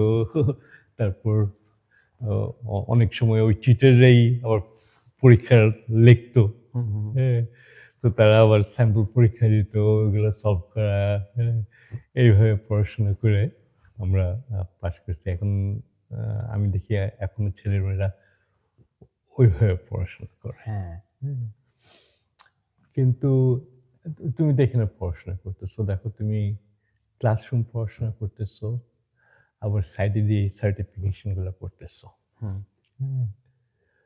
তো ক্লাসরুম তোমাকে একটা স্কিল দেয়, কিন্তু বড় স্কিলটা এখন হবে সেলফ টিচ করার স্কিলটা।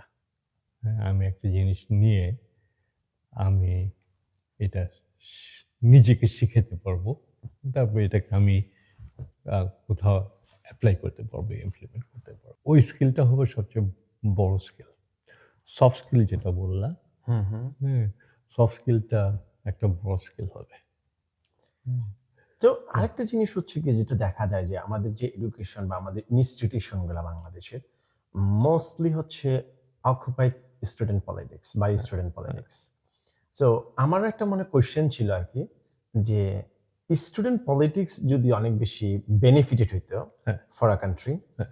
তাহলে ডেভেলপ কান্ট্রি গুলাতে কেন স্টুডেন্ট পলিটিক্স নাই? নাই, হ্যাঁ, হ্যাঁ, না, হ্যাঁ, ইউএস এর মতো একটা নাম্বার ওয়ান কান্ট্রি হ্যাঁ। যেখানে আমরা বর্তমানে আছি, হ্যাঁ, হ্যাঁ, এখানে তো তাহলে থাকা উচিত ছিল অনেক বেশি স্টুডেন্ট পলিটিক্স, অনেক বেশি প্রেসিডেন্ট, ভাইস প্রেসিডেন্ট, হ্যাঁ। যেগুলো আমরা হচ্ছে যে পদ পদবি শুনি আর কি। হ্যাঁ, এগুলো নাই কেন? বা আমরা কি আসলে স্টুডেন্ট পলিটিক্স এর জন্য আমাদের শিক্ষা ব্যবস্থাটার অনেক খারাপ কিছু হয়েছে, এরকম কোনো কিছু? না, আই থিঙ্ক পলিটিক্সের জন্য হয় নাই, কিন্তু আমাদের স্টুডেন্ট পলিটিক্সটা খারাপ হয়ে গেছে।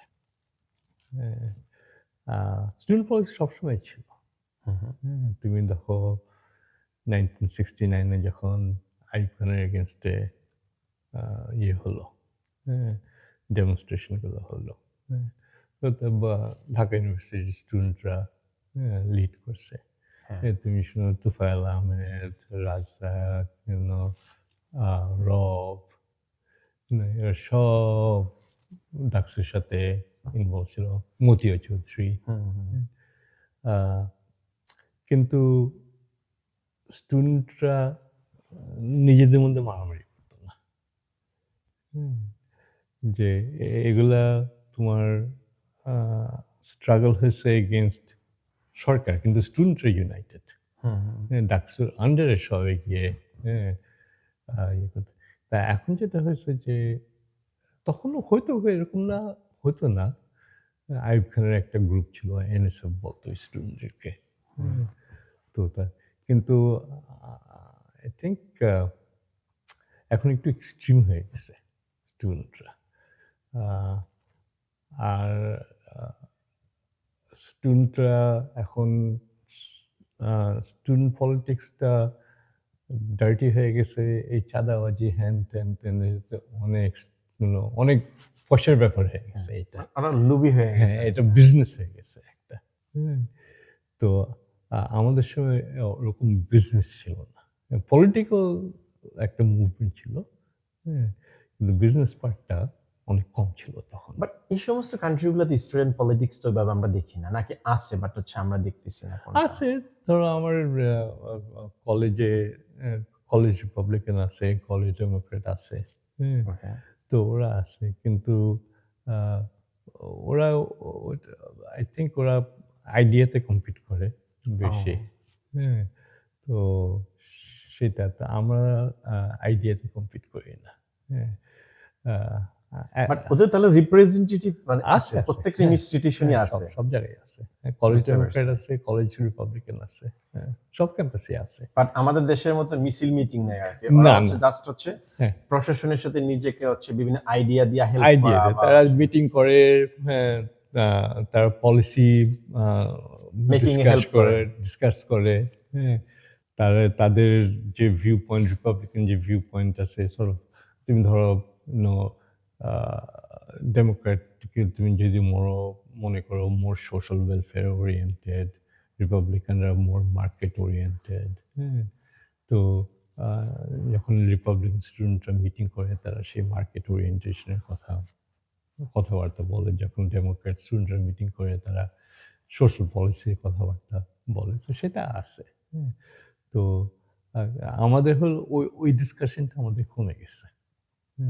হ্যাঁ, আমরা আসলে মানে পলিসি মেকিং এ হেল্প না করে এখন আমরা হচ্ছে মানি মেকিং এ হচ্ছে আমরা হেল্প করছি।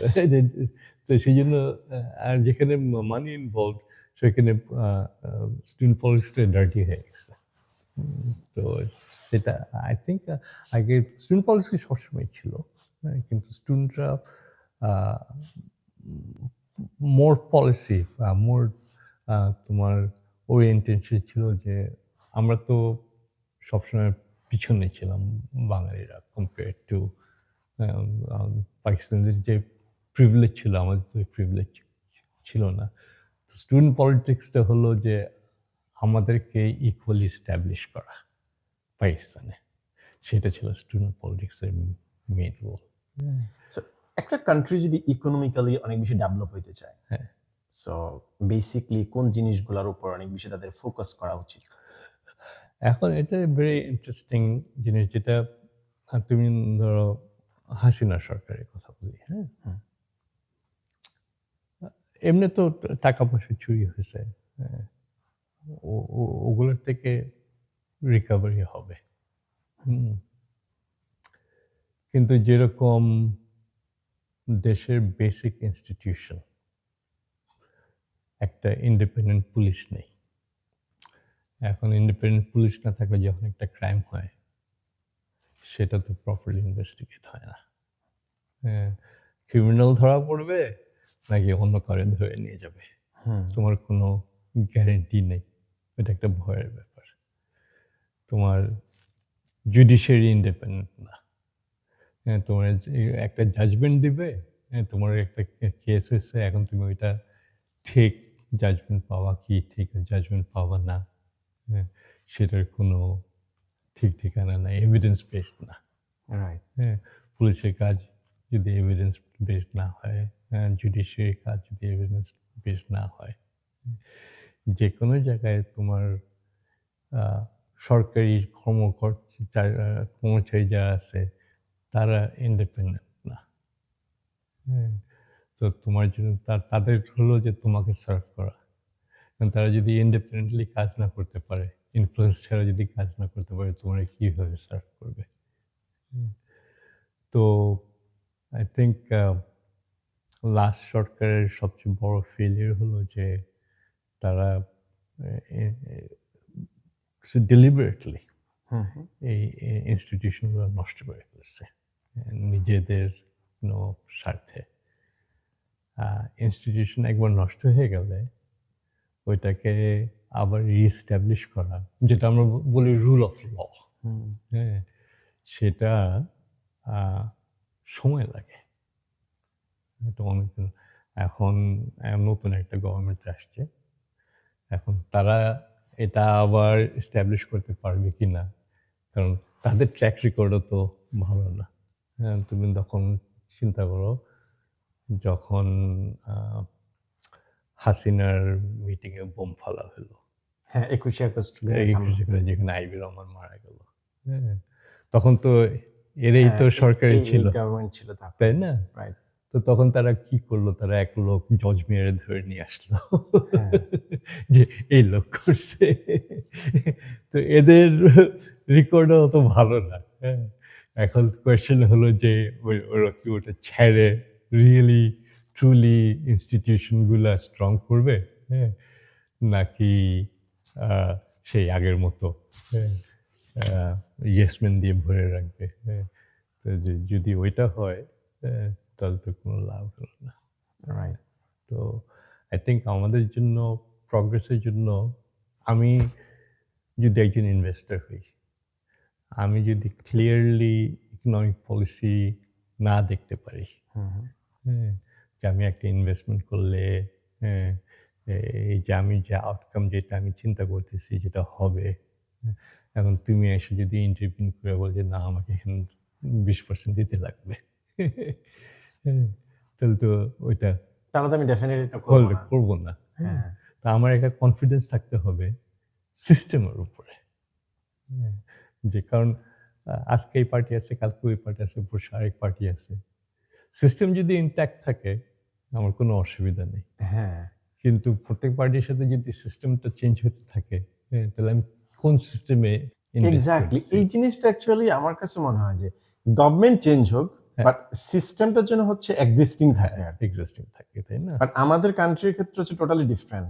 ওই যে গভর্নমেন্ট আসে, ওই গভর্নমেন্টে দেখা যায় যে আপনার একদম লো লেভেলের এমপ্লয়ি থেকে সব চলে যায়, আবার নতুনরা আসে, এভাবে হচ্ছে যে ইনভেস্টর থাকে হ্যাঁ। ও আসলে এভাবে কানেক্ট করতে পারে না। হ্যাঁ। তখন হচ্ছে যে ও চিন্তা করে যে ওর যদি একটা হোপও থাকে যে আমি হ্যাঁ, নেক্সট টাইম হ্যাঁ। ইনভেস্ট করব, হ্যাঁ, ইট ক্যান বি, ধরেন আমি 100 crore নেক্সট টাইম ইনভেস্ট হ্যাঁ, করব, হ্যাঁ, তখন ওই জায়গা থেকে নিজেরে গুটায় আনে যে হ্যাঁ, না, হ্যাঁ, হ্যাঁ, ওইটাই। আমার কাছে মনে হচ্ছে রিস্ক, আমি হ্যাঁ। পারতেছি না। হ্যাঁ, হ্যাঁ, হ্যাঁ। এইখানে তাই হইতেছে, এই যে তোমার এখন যেটা, মানে অনেক ইনভেস্টর খুব ডিফিকাল্ট টাইম ফেস করতেছে এখানে। কারণ তোমার এই যে ট্রাম্প আজকে 50% ট্যারিফ দিল, কালকে বললো যে না এটা দিব না, পরশুদিন আমার বললো যে 30% দিল। তা আমি ধরেন একজন ইম্পোর্টার, এখন আমি যখন ইম্পোর্ট করতেছি আমার উপর তো একটা ট্যাক্স দিতেছে সে। এখন ট্যাক্সটা 50% হবে না 15% হবে না 30% হবে, কারণ এটা তো আমার কস্ট। আমি আমার কস্টটা জানতে পারতেছি না ক্লিয়ারলি। হ্যাঁ, কিন্তু যেহেতু আমার কস্ট আমি জানতে পারতেছি না, হ্যাঁ, আমার ইভেনচুয়াল প্রফিট যেটা হবে সেটা আমি জানতে পারতেছি না, তো আমি কোন ভিত্তিতে ইনভেস্ট করব? আরেকটা জিনিস ভাই, ইউএসএ তে হচ্ছে মানে ইউএসএ যে এত ইকোনমিক্যালি এত ডেভেলপ একটা কান্ট্রি, ওরা আসলে কিসের উপরে বেসড করে, মানে ওরা ইকোনমিক্যালি এত স্ট্রং হয়েছে? একটা আসলে ওয়ান, তোমার যেটা বললাম রুল অফ ল, দ্যাটস সবচেয়ে ইম্পর্টেন্ট জিনিস, যে তোমার বেসিক ইনস্টিটিউশনগুলো স্ট্রং হতে হবে। ইলেকশন হয় কিন্তু চুরি হয় না, যে এই আউটকাম হয়, পাওয়ারটা অন্য পার্টিতে চলে যায় কিন্তু পাওয়ারটা পিসফুলি ট্রান্সফার হয়, রাইট। হ্যাঁ, একটা থেকে আরেকটা। তোমার লসগুলা আইসে ম্যাসিভ ওভারহল হয় না। অফকোর্স প্রত্যেক পার্টির প্রায়োরিটি আছে, কিছু চেঞ্জ হবে, কিন্তু বেসিক কোরটা ঠিক থাকে। তো ওই পলিসি সার্টেনটি যেটা বলে, তো ওইটা খুব ইম্পর্টেন্ট অ্যাজ এ ইনভেস্টর হিসাবে। সেকেন্ড হলো যে তোমার এই দেশ particularly it's a very lucky country, তাই না? তুমি দেখো দেশটার সাইজ দেখো, তারপর তুমি জিজ্ঞেস করো যে আচ্ছা এই দেশে কি আছে, ধরো এই দেশে কি নাই। হ্যাঁ, এটা হচ্ছে কোশ্চেনেবল যে তাই না? কি নাই। কি নাই, সব কিছু আছে। হ্যাঁ। আরেকটা যেটা আছে, আই থিঙ্ক তুমি যেই টাস্কই হোক, এই যে ট্র্যাশ কালেকশন হতেছে, তোমার তোমার তোমাকে সুপারভাইজ করতে হইতেছে না। তো তুমি, তোমাকে বলছো তোমার এটা তোমার রেসপন্সিবিলিটি, তুমি করবা, কাজটা কিন্তু হইতেছে। রাইট। কেউ দেখতেছে বা না দেখতেছে, কাজটা ঠিকই হইতেছে। তো এখানকার লোকজন তাদের রেসপন্সিবিলিটি যেটা দেওয়া হয়, সেটা তারা ঠিকমতো করে। হ্যাঁ, যে এরকম না যে বসে আছে, কাজ হইতেছে না। ওই যে তোমার তারেক রহমান কিনা একদিন না 2 দিনে পেয়ে গেল তার এনআইডি। এনআইডি পাওয়া গেছে। তখন লোকরা কমপ্লেন করলো না যে হুম। আমাদের কেন এত সময় লাগে, আপনি হুম, কি? তো I think system should be equal for everyone. Equal, লোকজন বেসিক্যালি অনেস্ট, হ্যাঁ, বেসিক্যালি অনেস্ট, বাট অনেস্ট ব্যাপারটা হচ্ছে যে একটু ডিফারেন্ট কিছু। আমার কাছে মনে হয় যে ওদের মানে ওদেরকে এমন একটা সিস্টেমের ভিতরে ফালাই দিছে, অনেস্ট না হওয়ার কোনো উপায় নেই, এরকম কোনো সেটা আছে। আমাদের দেশে হলো যে ডিসঅনেস্ট না হয়ে উপায় নেই। হ্যাঁ। কারণ ধরো তুমি একটা পুলিশের চাকরি করো, তোমার বেতন কত দিতেছে, খুব কম। তাই না? সেই বেতনে তো তোমার হইতেছে না। হুম। হ্যাঁ, তুমি বাসা ভাড়া দিবা, এই যে দেখো ঢাকায় এত লোক কাজ করে, ড্রাইভার যারা আছে, হ্যাঁ, এই গার্ডের কাজ করতেছে, একটা লোকের ফ্যামিলি কিন্তু সাথে নেই, সব সব ফ্যামিলি গ্রামে। গ্রামে, কারণ এখানে সার্ভাইভ করতে পারবে না। পারবেন না। হ্যাঁ, তো 15,000 16,000 টাকা মাইনা পাইতেছে, সেটা স্প্লিট হইতেছে কারণ 2 জায়গায় 2টা হাউস হোল্ড। মাদ্রাসা দেখবো, এদের ছেলে মেয়ে অনেকে মাদ্রাসায় মাদ্রাসায় পড়াশোনা। মাদ্রাসায় পড়াশোনা করে। তো এরা যদি ৳১০ নেয়, হুম, হুম, হ্যাঁ, এটাও আন্ডারস্ট্যান্ডেবল সে কেন নিতেছে। হুম, হুম। হ্যাঁ, তো যেটা আন্ডারস্ট্যান্ডেবল না, যে লোক ৳২,০০০ কোটি নেয়। তাই না? ৪০০-৫০০ বারের মালিক হয়ে হ্যাঁ। যায়। সো ও সেইটা আ সেইটা আ মানে ডিফিকাল্ট বোঝা। হুম, যে কিন্তু সেটার জন্য ইনফ্লুয়েন্স লাগে। সেটা তো তোমার এমনি নিতে পারতেছে না। হ্যাঁ, তো ব্যাংকের রুলের এগেইনস্ট এ সে নিয়ে গেল। হ্যাঁ, কারণ তার পলিটিক্যাল পাওয়ার আছে, মাসল আছে। হুম। হ্যাঁ, তো আমরা সবসময় আ ছোটখাটো যারা ৳১০ করাপশন করতেছে তাদেরকে বলি এগুলা করাপ্ট। হ্যাঁ? কিন্তু এই যে বড় করাপ্ট, হ্যাঁ? তাদের তো অনেক মর্যাদা আছে। হ্যাঁ, হ্যাঁ। তাদেরকে তো আমরা সব মুখের সামনে বলি না যে ভাই আপনারা করাপ্ট। দেখা যায় যে যে বলবে তারই চাকরি থাকবে না। সো রিসেন্টলি হচ্ছে গিয়ে আপনি হয়তো এটা নোটিস করছেন কিনা জানি না। সেটা হচ্ছে গিয়ে অনেক স্টুডেন্টস যেহেতু দেশে একটা স্টেবল পজিশন না। অনেক স্টুডেন্টস হচ্ছে আপনার দেশের বাইরে চলে যাওয়ার জন্য অনেক হ্যাঁ, বেশি তারা ট্রাই করতেছে। হ্যাঁ, ইভেন অনেক students I think last couple of years এ হ্যাঁ, হিউজ স্টুডেন্টস হ্যাঁ, দেশের বাইরে চলে আসছে। হ্যাঁ, আসছে। সো এটাতে মনে হয় না যে আমরা আসলে একটা ব্রেইন ড্রেইন এর শিকার হচ্ছি? কিছুটা, হ্যাঁ। কিন্তু আই থিংক ওভারঅল আমরা অত সাফার করি না। হুম, হুম। কারণ আমাদের অনেক ব্রেইন আছে তো। হ্যাঁ, আসলেও হ্যাঁ, ধরো আমি ইকোনমিক্সে পড়ছি। হ্যাঁ, আমি তো ঢাকা ইউনিভার্সিটিতে পড়ছি। হ্যাঁ, কিন্তু আ আমার মতো আরো ১০ জন আছে যে দেশে আছে। হুম। হ্যাঁ, তো আমি আসাতে, হ্যাঁ, যে ওইখানে একটা ক্ষতি হয়েছে এরকম না। হ্যাঁ? আ হয়তো আমাদের যেখানে প্রবাবলি একটা ল্যাক আছে সেটা হলো বেসিক সায়েন্সে। হুম। কিন্তু যেরকম সায়েন্সের রিসার্চ যেটা, সেটা আমাদের দেশে খুব একটা স্ট্রং না। হ্যাঁ, আমাদের হুম। ল্যাবটা থেকে আমরা অনেক হ্যাঁ, বেশি ল্যাবের দিক থেকে। হ্যাঁ, সোশ্যাল সায়েন্সে ঠিক আছে। কারণ সোশ্যাল সায়েন্সের ল্যাব লাগে না। হুম, ইকোনমিক্সের হুম। ল্যাব লাগে না। হ্যাঁ? আমি সরকার থেকে ডেটা নিতে পারি। হ্যাঁ? তো সেজন্য আমার একটা খুব একটা ডিসঅ্যাডভান্টেজ হয় না। কিন্তু যার যে ফিজিক্স পড়ছে, নিউক্লিয়ার ফিজিক্স পড়ছে অথবা যে কেমিস্ট্রি পড়ছে, হুম, তার তো মডার্ন ল্যাব ইকুইপমেন্ট দরকার এক্সপেরিমেন্ট করার জন্য। হ্যাঁ? তো সেটা তো তার কাছে নাই। হুম। এখানে যারা আসে, সায়েন্সের স্টুডেন্ট আসে, সেন্ট লুইস ইউনিভার্সিটিতে আসে, ওরা যখন আসে, ওরা একটু আগে আসে, ক্লাস শুরু হওয়ার আগে। আচ্ছা। আগে এসে ওরা ১ম এ ল্যাবে যায়। হ্যাঁ? ল্যাবে গিয়ে ওরা ইকুইপমেন্ট শিখে। হ্যাঁ? কারণ এই ইকুইপমেন্ট তারা কোনদিন ইউজ করেনি। এবং তারা জানে যে তাদের এই ইকুইপমেন্ট গুলো ইউজ করতে লাগবে। তো তারা ৩ মাস ৪ মাস আগে এসে ল্যাবে গিয়ে টাইম ওগুলো স্পেন্ড শিখে, করে আরকি। টাইম স্পেন্ড করে, হ্যাঁ? আ ওদের ইকুইপমেন্ট নলেজটা নলেজটা বাড়ায় হ্যাঁ। বাড়ায়। তারপর তারা ঠিকমতো উম করতে পারে। তো ওই সাইড থেকে অ্যা যদি কেউ একজন হাই লেভেল রিসার্চার থাকে সায়েন্সে, সেই রিসার্চটা সে দেশে করতে পারবে না। হ্যাঁ? তার এখানে এসে করতে হবে। কারণ তার জাস্ট অ্যাক্সেস নেই ওরকম ইকুইপমেন্ট। তো আই থিংক ওইখানে কিছু ইফেক্ট হয়। হুম। আচ্ছা। সো এখন যে জেনারেশন আমরা যদি বলি যে আ এআই একটা রেভেলেশন। হ্যাঁ, সো ইকোনমিক্সে হ্যাঁ। এআই কতটুকু ইমপ্যাক্ট করতে পারে? আই থিংক এআই সব জায়গায় ইমপ্যাক্ট করবে। তোমার যেখানে ইমপ্যাক্ট করবে, ধরো ইকোনমিক্সে যারা স্টুডেন্ট আছে, ইকোনমেট্রিক্স যারা করে, হ্যাঁ?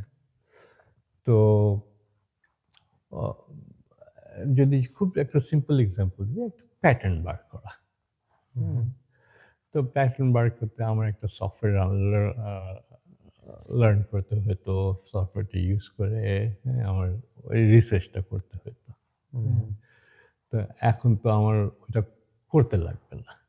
হ্যাঁ? তো আমি এটা এখন এআই দিয়ে আমি ওইটা ইনভেস্টিগেট করতে পারি। তো আমাকে কিন্তু আহ, যেটা যেটা বলে লার্জ ল্যাঙ্গুয়েজ মডেল যেটা বলে, হ্যাঁ, তা আমাকে কোয়েরি করতে শিখতে হবে তো, হ্যাঁ, যে আমি মেশিনটাকে তো আমাকে বুঝাইতে হবে যে আমি এই জিনিসটা চাচ্ছি। চাচ্ছি। হ্যাঁ, আহ, তারপর যদি আমি যখন একটা আউটপুট পাই, তখন আমাকে জাজ করতে হবে যে এই আউটপুটটা আসলে লেজিটিমেট, কারণ মেশিন তো ভুল করে তো। হ্যাঁ, তো ডিফারেন্সটা কথা হলো যে আমাকে এখন আর সেই কোডিং এর স্কিলটা লাগতেছে না।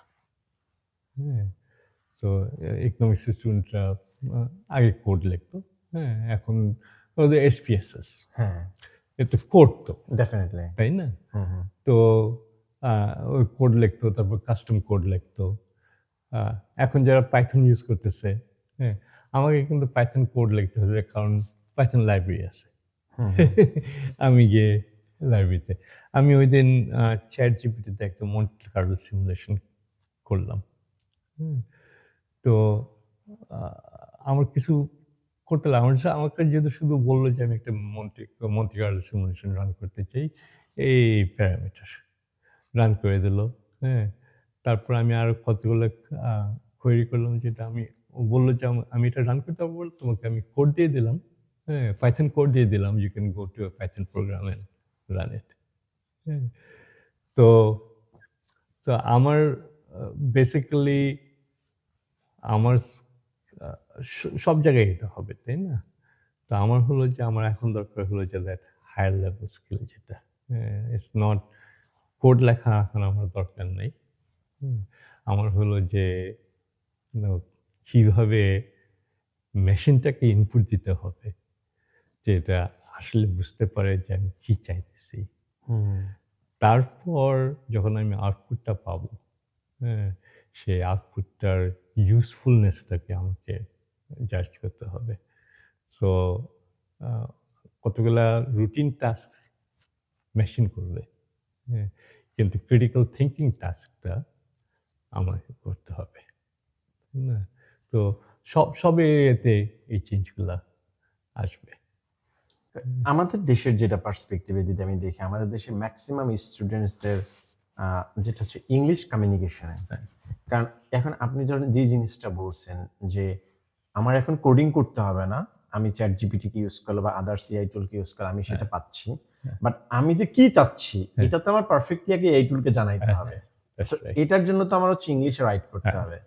ইংলিশে রাইট করতে হলে আমার ইংলিশের নলেজ হ্যাঁ, লাগবে। তো আমরা আসলে আমাদের কান্ট্রিতে মানে যে মেজরিটি পার্সেন্ট স্টুডেন্টস এর হচ্ছে যে প্রাইমারি বা আমরা যেটা ফান্ডামেন্টাল যে নলেজটা, হ্যাঁ, ফান্ডামেন্টাল যেটা দরকার আর কি, এটাতে আমরা অনেক মানে পিছিয়ে আছি। হ্যাঁ। না, আর তোমার এটা ঠিক যে আমরা যেটা ব্রডলি, তুমি প্রথমে যেটা বলছিলে কমিউনিকেশন হ্যাঁ স্কিল, হ্যাঁ, এখন 10 বছর পর হয়তো আমরা এটা বাংলায় এক্সপ্রেস করতে পারবো, হ্যাঁ কিন্তু নেক্সট 10 বছর তো আমাদেরকে এই দেশের ল্যাঙ্গুয়েজটা ইউজ করতে লাগবে। হ্যাঁ হ্যাঁ ডেফিনেটলি। ওইটা আমাদের দেশে একটা বড় উইকনেস। আমাদের দেশে যেরকম কল সেন্টার নেই, হ্যাঁ, ইন্ডিয়াতে কল সেন্টার আছে, চায়নাতে কল সেন্টার আছে, ফিলিপিন্সে কল সেন্টার আছে, কারণ এরা সবাই ইংরেজি বলে। হ্যাঁ হ্যাঁ, আমাদের ওইটা একটা উইকনেস আছে। তো সেটা মানে পলিসি মেকার যারা আছে তাদেরকে চিন্তা করতে হবে। হ্যাঁ, শুধু তাই না, তোমার আজকে যেটা আমরা গার্মেন্টসের উপর ডিপেন্ডেন্ট, হ্যাঁ, তো গার্মেন্টস খুব লেবার ইন্টেন্সিভ, সেই জন্য আমরা গার্মেন্টসে এত কিছু করি, হ্যাঁ, আমরা চিপলি করতে পারি লেবার দিয়ে। এখন তুমি ধরো রোবোটিক্স, যেটা ব্যাস এআই ডিপেন্ডেন্ট, এখন কাটিং, সোয়িং, হ্যাঁ, সবই হয়তো মেশিন দিয়ে করতে পারবে, অ্যান্ড চিপলি করতে পারবে। তো এরা যদি রোবট দিয়ে ওই কাজগুলো সব করাইতে পারে, চিপলি করাইতে পারে, হ্যাঁ, আমাদের দেশে গার্মেন্ট ইন্ডাস্ট্রি থাকবে কিনা এটা একটা কোয়েশ্চেন আছে। রাইট, যেটা হচ্ছে রিসেন্টলি যে অ্যামাজন হচ্ছে আপনার রোবট, কতগুলো রোবটের মাধ্যমে হচ্ছে কাজ করাতে পারতেছে, করতেছে। এজন্য অনেক হ্যাঁ, এমপ্লয়িকে লে অফ করে দিছিল। অ্যামাজন অলরেডি আমি শুনছি যে 1 মিলিয়ন রোবট ইউজ করতেছে কোনো না কোনো টাস্কে। হুম, আর এটা বাড়তে থাকবে হ্যাঁ, এই পার্সেন্টেজটা। তো এখন হতে পারে যে ঠিক আছে আমরাও ওই টেকনোলজি অ্যাডপ্ট করব, কিন্তু তাহলে আমাদের যে এতগুলো লোক আছে আমাদের দেশে, হুম, এরা কোথায় যাবে? হ্যাঁ, এখানে অলরেডি ডিসকাশন হইতেছে যে আহ, যেহেতু মানে কিছু লোক আছে বলে যে মাস স্কেলের লে অফ হবে। হ্যাঁ, তো মাস স্কেলের লে অফ হলে তাহলে তারা ইনকাম কোথায় পাবে? তো তখন বলে সবাইকে একটা বেসিক ইনকাম দিতে, হুম, যে সার্ভাইভাল ইনকাম সবাইকে দিতে। তো তাহলে এটা কি আমাদের দেশে করতে হবে? তো আমাদের দেশে ওই রিসোর্সটা কোথায়? হুম, তো এগুলা আই থিঙ্ক আলটিমেটলি এই কনভারসেশনটা আমাদেরকে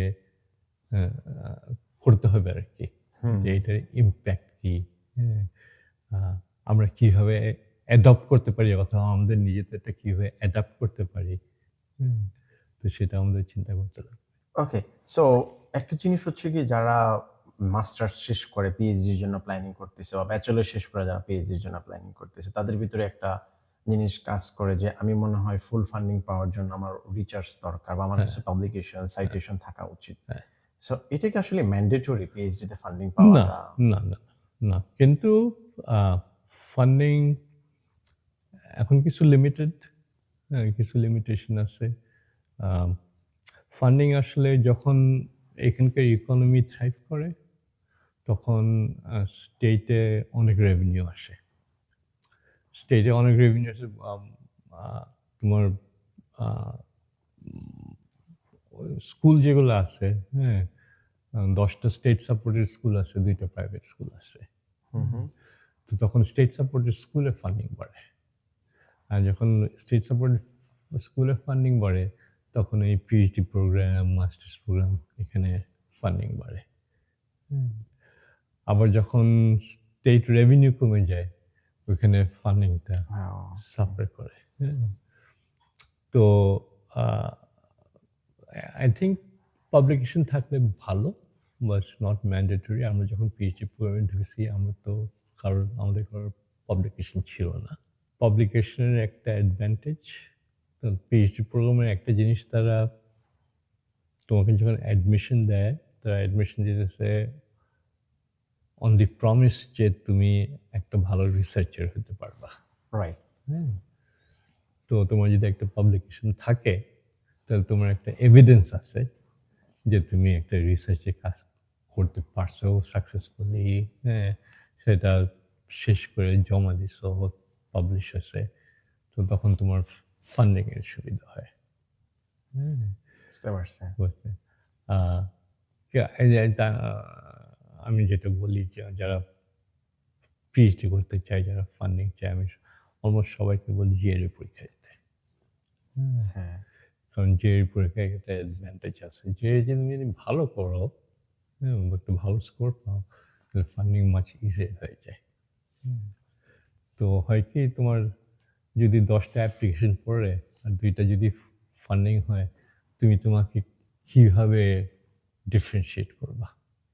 রাইট। একটা ডিফারেন্সিয়েট করতে পারো যে তোমার পাবলিকেশন আছে হুম, এটা, হ্যাঁ, তো সেই জন্য তোমার একটা অ্যাডভান্টেজ। আরেকটা ডিফারেন্সিয়েট করতে পারো, তুমি জিআই পরীক্ষা, তুমি জিআই একটা ভালো স্কোর আছে, সেটা তোমাকে ডিফারেন্সিয়েট করবে। তাছাড়া কিন্তু যারা অ্যাপ্লাই করতেছে, সবারই জিপিএ ভালো, সবারই লেটার অফ রেকমেন্ডেশন আছে, ওগুলোও ভালো। তো তখন একটা ঘাপলা হয়ে যায়। আরেকটা জিনিস দেখলাম যে এখানে হচ্ছে আপনার ওই যে এলোর যে টপিকটা আসছে যে রিকমেন্ডেশনের ক্ষেত্রে, বাট প্রফেসরদের থেকে রিকমেন্ডেশন নেওয়াটা বা রিকমেন্ডেশন পিক করাটা একটু কমপ্লিকেটেড, কারণ হচ্ছে ওই ইউনিভার্সিটিতে অ্যাপ্লাই করলে ইউনিভার্সিটি একটা লিঙ্ক প্রোভাইড করে, দেন হচ্ছে ওই প্রফেসরকে কিছু আবার সাবমিট করতে, মানে হ্যাঁ। কন্টেম্পোরারি এরকম না যে একটা টেমপ্লেট আমি সাজায় রাখলাম, ওই টেমপ্লেট না, আমি না, জাস্ট না, সাবমিট না, এখন করলাম। আগে আগে যেটা ছিল যে আমি একটা চিঠি লিখতাম, হ্যাঁ, আগে তো মেইলে যেত সব হ্যাঁ। কিছু। তা তুমি আমাকে 10টা ইউনিভার্সিটির নাম দিলা, আমি 10টা জায়গায় খামে ভরে 10টা চিঠি পাঠিয়ে দিলাম। এখন তো সব তো অনলাইন হয়ে গেছে। তো এখন তুমি যখন একটা অ্যাপ্লিকেশন করো, তখন ওই ইউনিভার্সিটি থেকে আমাকে একটা লিঙ্ক পাঠায় ইমেলে। হুম। তো আমি লিঙ্কটা পাইলে, তাহলে আমি লিঙ্কটা ওপেন করে তারপর কিন্তু কিছু কোয়েশ্চেন আনসার করতে হয়। হ্যাঁ। তো মোস্টলি তোমার ওই চিঠিটাই আপলোড করা। আচ্ছা। তো বেসিক্যালি যেটা হইতেছে যে তোমার কাস্টাডিটা ওরা জানে যে এটা আমার থেকে যাইতেছে, কারণ যেহেতু আমি আমার ইমেল থেকে আপলোড করতেছি। So, আরেকটা জিনিস হচ্ছে যে ধরেন ম্যাক্সিমাম প্রফেসর তো এডু মেইলটা থেকে ইউজ করে, তাই না? হ্যাঁ। তো যে সমস্ত প্রফেসররা যারা হচ্ছে আমাদের বাংলাদেশে তো অনেক ইনস্টিটিউশন এডু মেইল ইউজ করে না, তো সেক্ষেত্রে তারা যদি তাদের পার্সোনাল মেইলটা ইউজ করে, এটা কি কোনো প্রবলেম হবে? এখন যদি তাদের কিছু না থাকে এডু, হ্যাঁ। তাহলে কি করবা? হ্যাঁ, প্রবলেম হলেও হ্যাঁ ওইটা করতে হবে। আচ্ছা। অনেক সময় থাকে না যে আমি তোমার প্রফেসর ছিলাম, আমি রিটায়ার করে গেছি, হ্যাঁ। এখন আমার কোনো অফিসিয়াল কোনো ডেজিগনেশন নেই, কিন্তু আমি তোমার জন্য একটা চিঠি লিখতে পারি। হ্যাঁ, তো তোমার যে চিঠি লেখে সে একটা লাইন লিখতে পারে, হ্যাঁ, যে রিজন সে এই তার এখন অ্যাফিলিয়েশন নাই, হ্যাঁ, সেই জন্য আচ্ছা। সেটা সে এটি ইউজ রিজনটা সে মেনশন করে দিতে পারে যে মেনশন আমার করতে এডু পারে। মেইল বা পার্সোনাল মেইল ইউজ হ্যাঁ, করতে।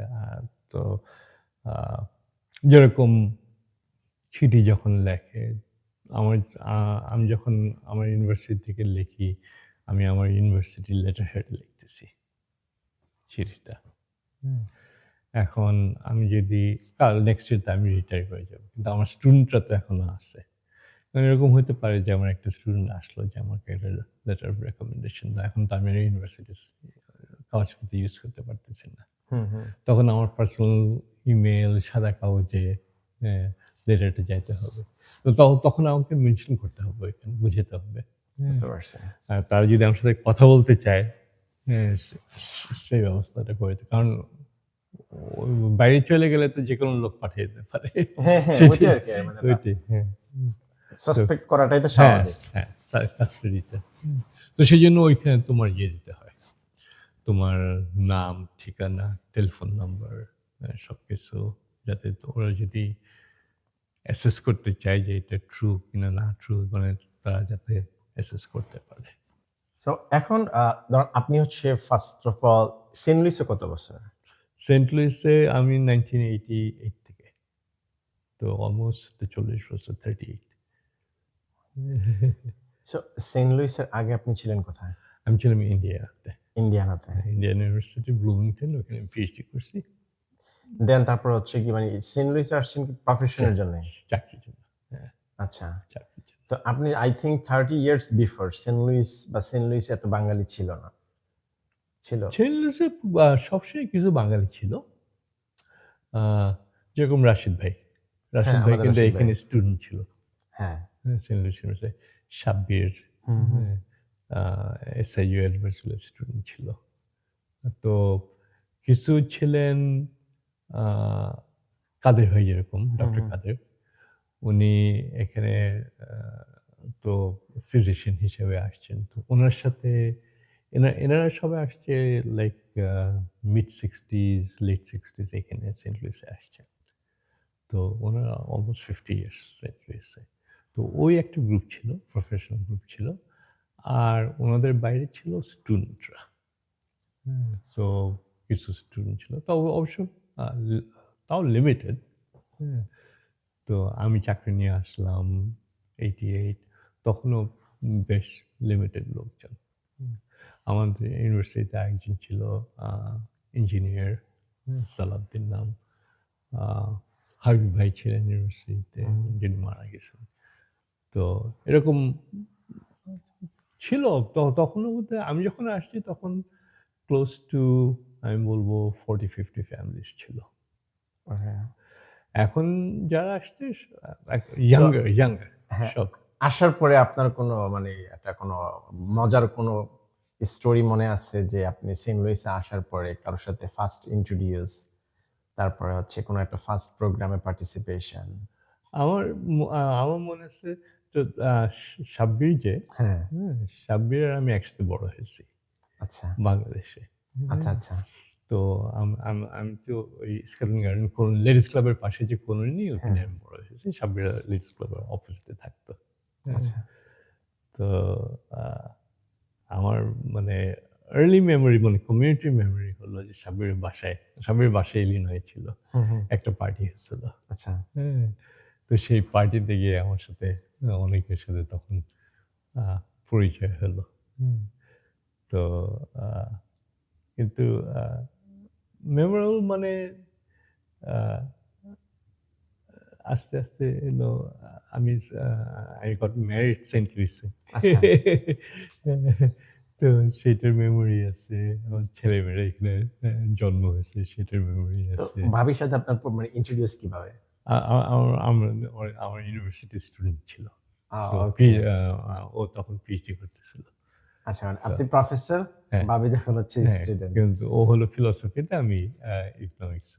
সেন্ট লুইস অ্যাকচুয়ালি মানে আমার কাছে যেটা মানে সেন্ট লুইস খুবই পিসফুল একটা সিটি। হুম। ইভেন যারা আছে everyone is very much cooperative. হ্যাঁ। বিশেষ করে আমাদের বাঙালি যারা আছে, কারণ আমি যখন আসছি ফার্স্ট আমি আসার পর থেকে হেল্প পাইছি। ইভেন আমিও দেখছি, আমি যতটুকু দেখছি আপনাকে দেখছি কত অলমোস্ট 3 ইয়ার্স। হ্যাঁ। আপনি অনেক একটা স্টোরের আমার লাস্ট যত মনে পড়ে যে আপনি এয়ারপোর্ট থেকে পিক করে নিয়ে আসছিলেন। হ্যাঁ, হ্যাঁ, ঠিক আছে, ইভেন এটা র্যান্ডমলি আপনি অনেক করে গেছেন আর কি। হ্যাঁ, ইভেন শুধুমাত্র আনাই না, ইভেন স্টুডেন্টস এর অনেকের হচ্ছে চেয়ার টেবিল লাগবে, কারো হচ্ছে বেড লাগবে, কার কি লাগবে, হ্যাঁ, এগুলোতে আপনি যথেষ্ট পরিমাণে ইফোর্ট দিচ্ছেন, যেটা আপনি না দিলেও পারতেন, যেটা আপনি ইগনোর করে দিতে পারতেন। তো এটা definitely blazing for us. So আপনি কি বাংলাদেশকে কিরকম মিস করেন? যদি আমি জানি যে আপনি বাংলাদেশে ফ্রিকুয়েন্টলি যান, হ্যাঁ। সো বাংলাদেশের প্রতি আপনার আমি আসলে বাংলাদেশকে বেশ মিস করি। আচ্ছা। হ্যাঁ, আমি যখন বাংলাদেশে যাই, আমার আমার আহ, বড় রিগ্রেট হলো যে আহ, আমি যদি আবার করতাম তাহলে আমি আন্ডার গ্রাজুয়েট হিসেবে আসতাম না। মানে কেন এটা? কারণ আমি দেখি যে আমার ইউনিভার্সিটির ফ্রেন্ডরা যারা আছে, আমি ওদের সাথে কিন্তু এখনো কানেক্টেড, ইভেন দো আমি হ্যাঁ দেখছি আমি এবার আপনি যা ছবি দিয়েছিলেন। হ্যাঁ 1 বছর ছিলাম ঢাকা ইউনিভার্সিটিতে, কিন্তু ওদের সাথে আমার ভালো কানেকশন আছে। আমি যেহেতু চলে আসছি, ওরা যখন একসাথে বসে ওরা অনেক রকম কথাবার্তা বলে, ওরা দেশে অনেক লোকজন চিনে, হ্যাঁ, যাদেরকে আমি চিনি না। আর আমাদের তো একটা বয়স আছে, এরা সবাই মোটামুটি ইনফ্লুয়েন্সিয়াল পজিশনে চলে গেছে।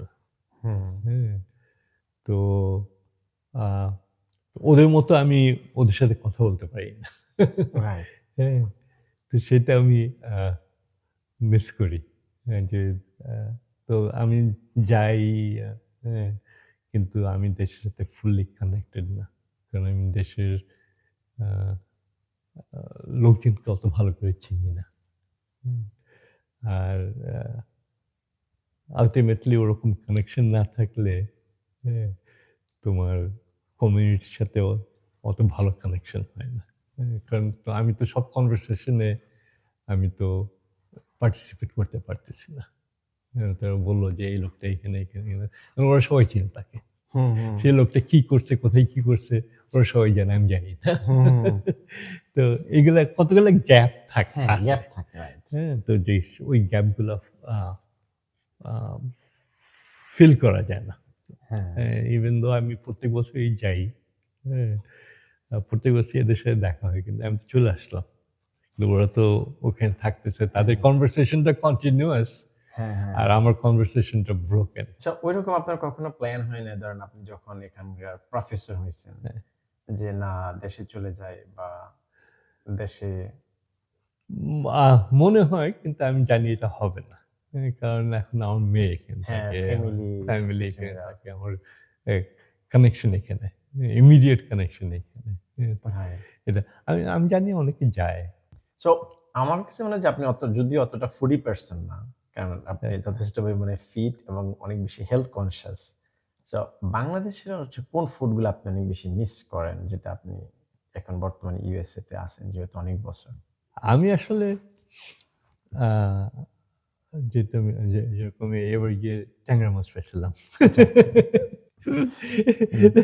ওই টেস্ট, ওটা খাওয়ার পর যে এটা আমি আসলে অনেকদিন পর খেলাম, হ্যাঁ।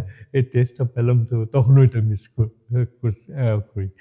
আহ, এমনি ফুড এখন তো আসলে এখন সবকিছু পাওয়া যায় তো এখানে, এখন আসলে ওরকম ফার্স্ট যখন ছিলেন তখন মানে এতটা অ্যাভেলেবল কোনো কিছু ছিল না। কিছুই ছিল না, তখন তো কিছুই ছিল ইভেন না। এ তো জাবিয়া হালাল, না না না না, তারপরে তখন তো সব হ্যান্ড হারাম। স্লোটেড হালাল। না না না না, ওগুলো কিছু ছিল না, কারণ তখন তো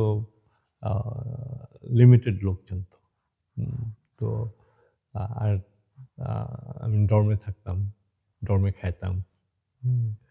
তো তো ওর শুধু উইকেন্ডে ভাত দিত, তখন আমরা তো ভাত খাই।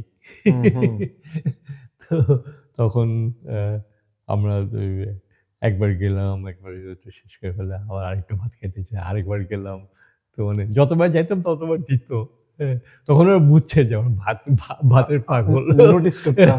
তো তখন আমরা যখন ফার্স্ট টাইম যেতাম তখন বেশি করেই দিত, যাতে বারে বারে যাইতে না হয়। তো এর কিছু জিনিস আছে মিস করি, যেরকম জাম। হ্যাঁ। ওই যে ঢাকায় যে জাম বানায় যেত, ওইটা মিস করি। লিচু মিস করি। ওগুলো আসে এখানে, কিন্তু ওগুলো অত মজা না ওগুলো। হ্যাঁ। আমাদের দেশে যেরকম এখানে ছোট ছোট পটল আসে, আমাদের দেশে বড় বড় পটল আসে। আমি সবসময় দেশে যখন যাইতাম সবসময় বলেছি পটল রান্না করতে। তো ওরকম জিনিস মিস করি আর কি। বুঝতে পারছি।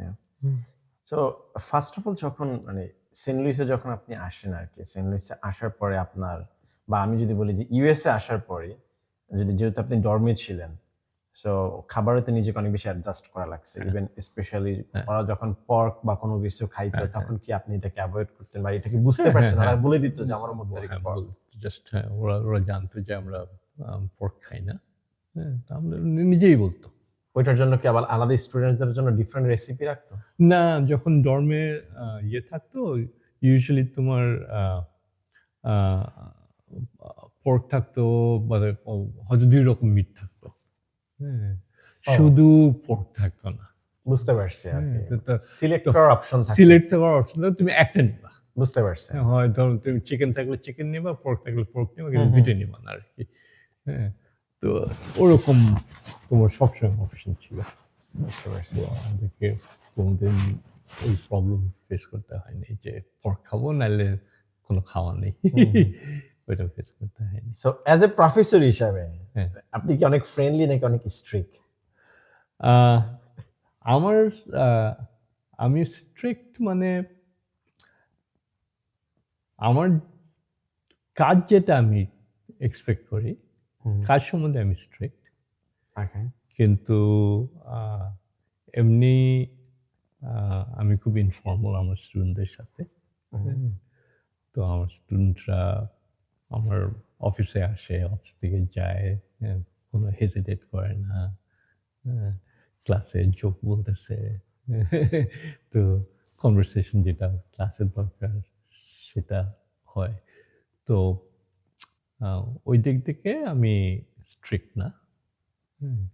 কিন্তু সবাই বুঝে যে আমার যে কাজটা আমি এক্সপেক্ট করি, কাজটা সময় মতো করতে হবে। কাজটা হয় কি যে কাজটা যদি আমি সময় মতো কালেক্ট না করি, আজকে একজন দিবে, কালকে আরেকজন দেবে, পরশুদিন আরেকজন দেবে, আরেকজন 2 সপ্তাহ পরে আসবে দিবে। হ্যাঁ, সব খুব অসুবিধা হয়ে যায়। তো তো অবশ্যই এখানকার স্টুডেন্টরা মোটামুটি টাইমটা মেনটেন করে। খুব রেয়ারলি হয়তো 1-2 জন আসবে, হ্যাঁ, যে বলবে যে আমি করতে পারি নাই সময় মতো। কিন্তু এরা এরা মোটামুটি পাংচুয়াল। আর আমরা তো সিলেবাসে তো আগে থেকে দিয়ে দিই রাইট। যে এটা এই সময় ডিউ। যেহেতু ডিউ ডেটটা অলরেডি অ্যানাউন্স করা আছে, হ্যাঁ, তারা বলতে পারে না যে আমরা জানতাম না। হ্যাঁ, তো তো সেই জন্য তো কিন্তু এমনি জেনারেলি আমার রেপুটেশন হলো যে আমি খুব ওপেন। আমি খুব সেটা সেটা friendly। আমরাও জানি যে হ্যাঁ। You are a magnanimous person. Even আমি যখন হচ্ছে যে আপনার বাসায় যখন ফার্স্টে আসি, যখন আমার এখন মনে আছে আমার ফার্স্ট ইনভাইটেশন ছিল সেন্ট লুইসে আপনার বাসায়। তা আমি আসতেছিলাম তখন হচ্ছে যে আমাদের ওই যে কমপ্লেক্সে নাইম এসে উনি আমার বলতেছিল যে বা কামরুল ভাই খুবই ফ্রেন্ডলি, ইভেন আপনি কামরুল ভাইয়ের সাথে কথা বলে বুঝতেই পারবেন না যে উনি একজন অ্যাসোসিয়েট প্রফেসর। হ্যাঁ, তো পরে আমি তো আসলে প্রায় ফিল করতে পারছি ডেফিনেটলি মানে is really down to earth. ঠিক আছে। সো এখন আপনার ধরেন ইয়াং জেনারেশনকে নিয়ে যদি আপনার কোনো একটা মেসেজ থাকে, নাম্বার ওয়ান, আর সেকেন্ড হচ্ছে অ্যাজ এ প্রফেসর যারা টিচিং প্রফেশনে আসতে চায়, নিজেকে টিচিং প্রফেশনে দেখতে চায়, বা যাদের একটা প্রফেসর হওয়ার এইম আছে ইন ফিউচারে, সো তাদের উদ্দেশ্যে আপনার যদি কোনো মেসেজ থাকে আর কি। সো আই থিঙ্ক কোভিডের একটা ইফেক্ট আছে যেটা আমরা দেখি। কোভিডের সময় সবাই অনলাইন চলে গেল। যখন অনলাইন চলে গেল সবাই নিজের রুমে বসে কাজ করতেছে। ইন্টারপার্সোনাল কমিউনিকেশন ওটা কমে গেল। রাইট। কেউ কেউ ইউজ করতেছে না ওই স্কিলটা। এখন তো সবাই আবার ক্লাসে চলে আসছে, কিন্তু স্কিলটা এখনো ফেরত আসেনি। আমি যেটা বলি, তুমি যদি একজন প্রফেসর হও, সেই ইন্টারপার্সোনাল স্কিলটা তোমার কত ইম্পর্টেন্ট হবে। তোমার ক্লাসে 40টা 50টা স্টুডেন্ট আছে, এখন তুমি ঘুরে লেকচার দিতে পারো, বোর্ডে লিখতে পারো, হ্যাঁ, বাইরে হয়ে গেলা, হ্যাঁ, তোমার স্টুডেন্টদের সাথে তোমার কোনো কমিউনিকেশন হলো না, অথবা তাদেরকে ফেস করে তাদের সাথে কথা বলতে পারো। তুমি যে ফেস করে কথা বলো, তুমি অনেক বেশি এফেক্টিভ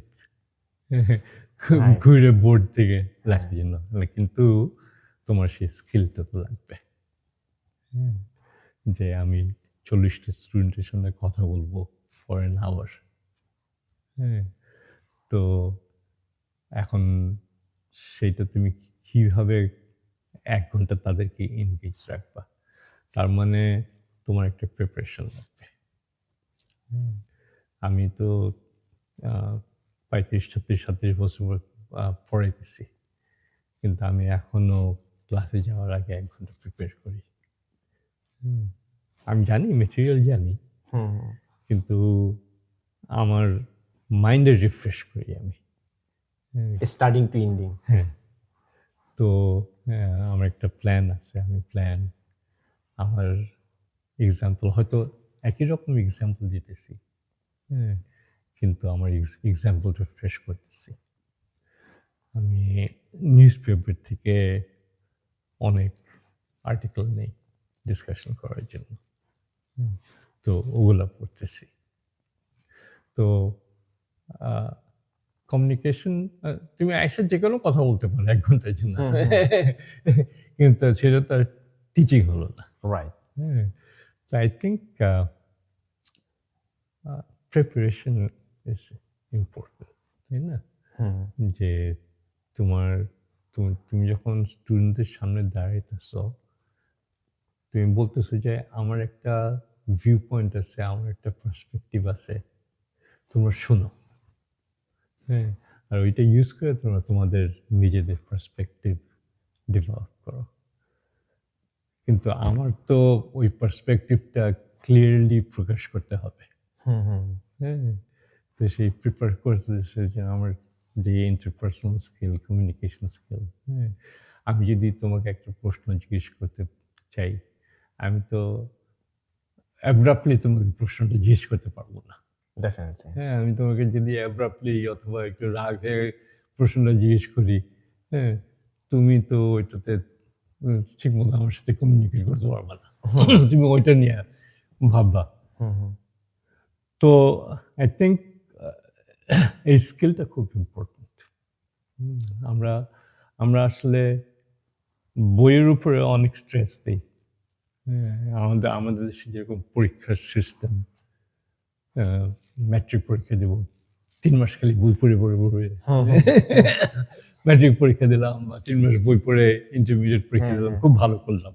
হ্যাঁ হুম।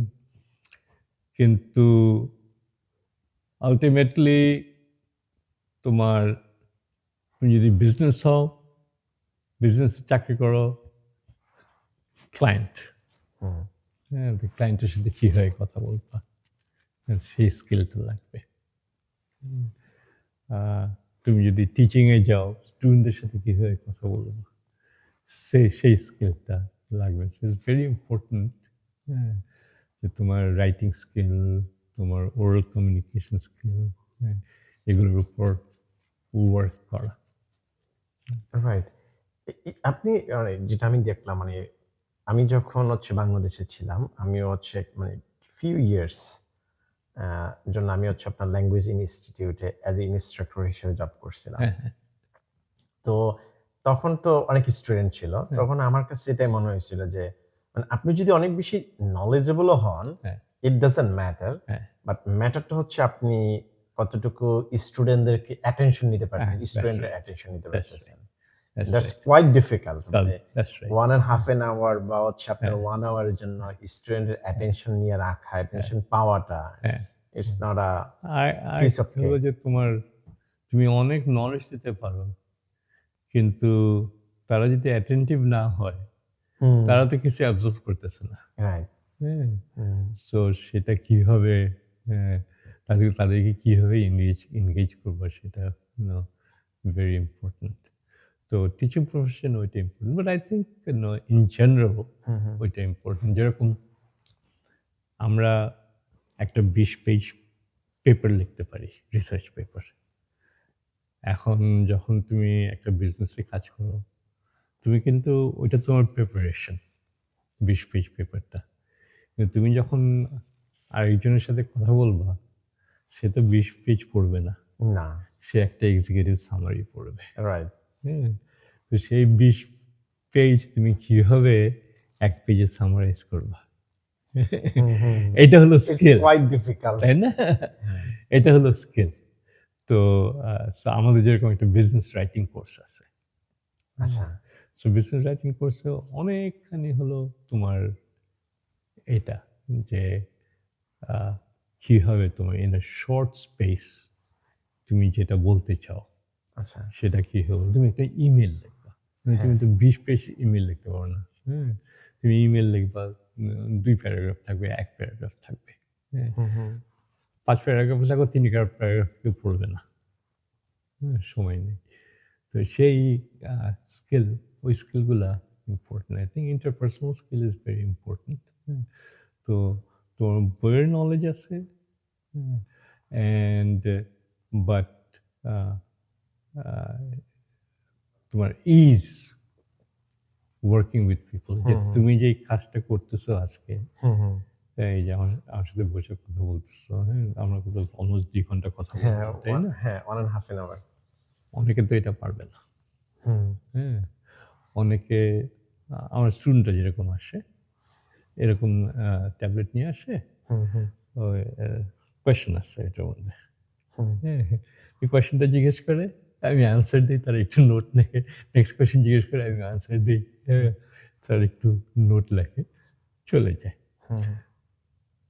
আর তুমি আর আমি এখানে একটা কনভারসেশনে এনগেজ করলাম, হ্যাঁ, এখানে একটা গিভ অ্যান্ড টেক আছে।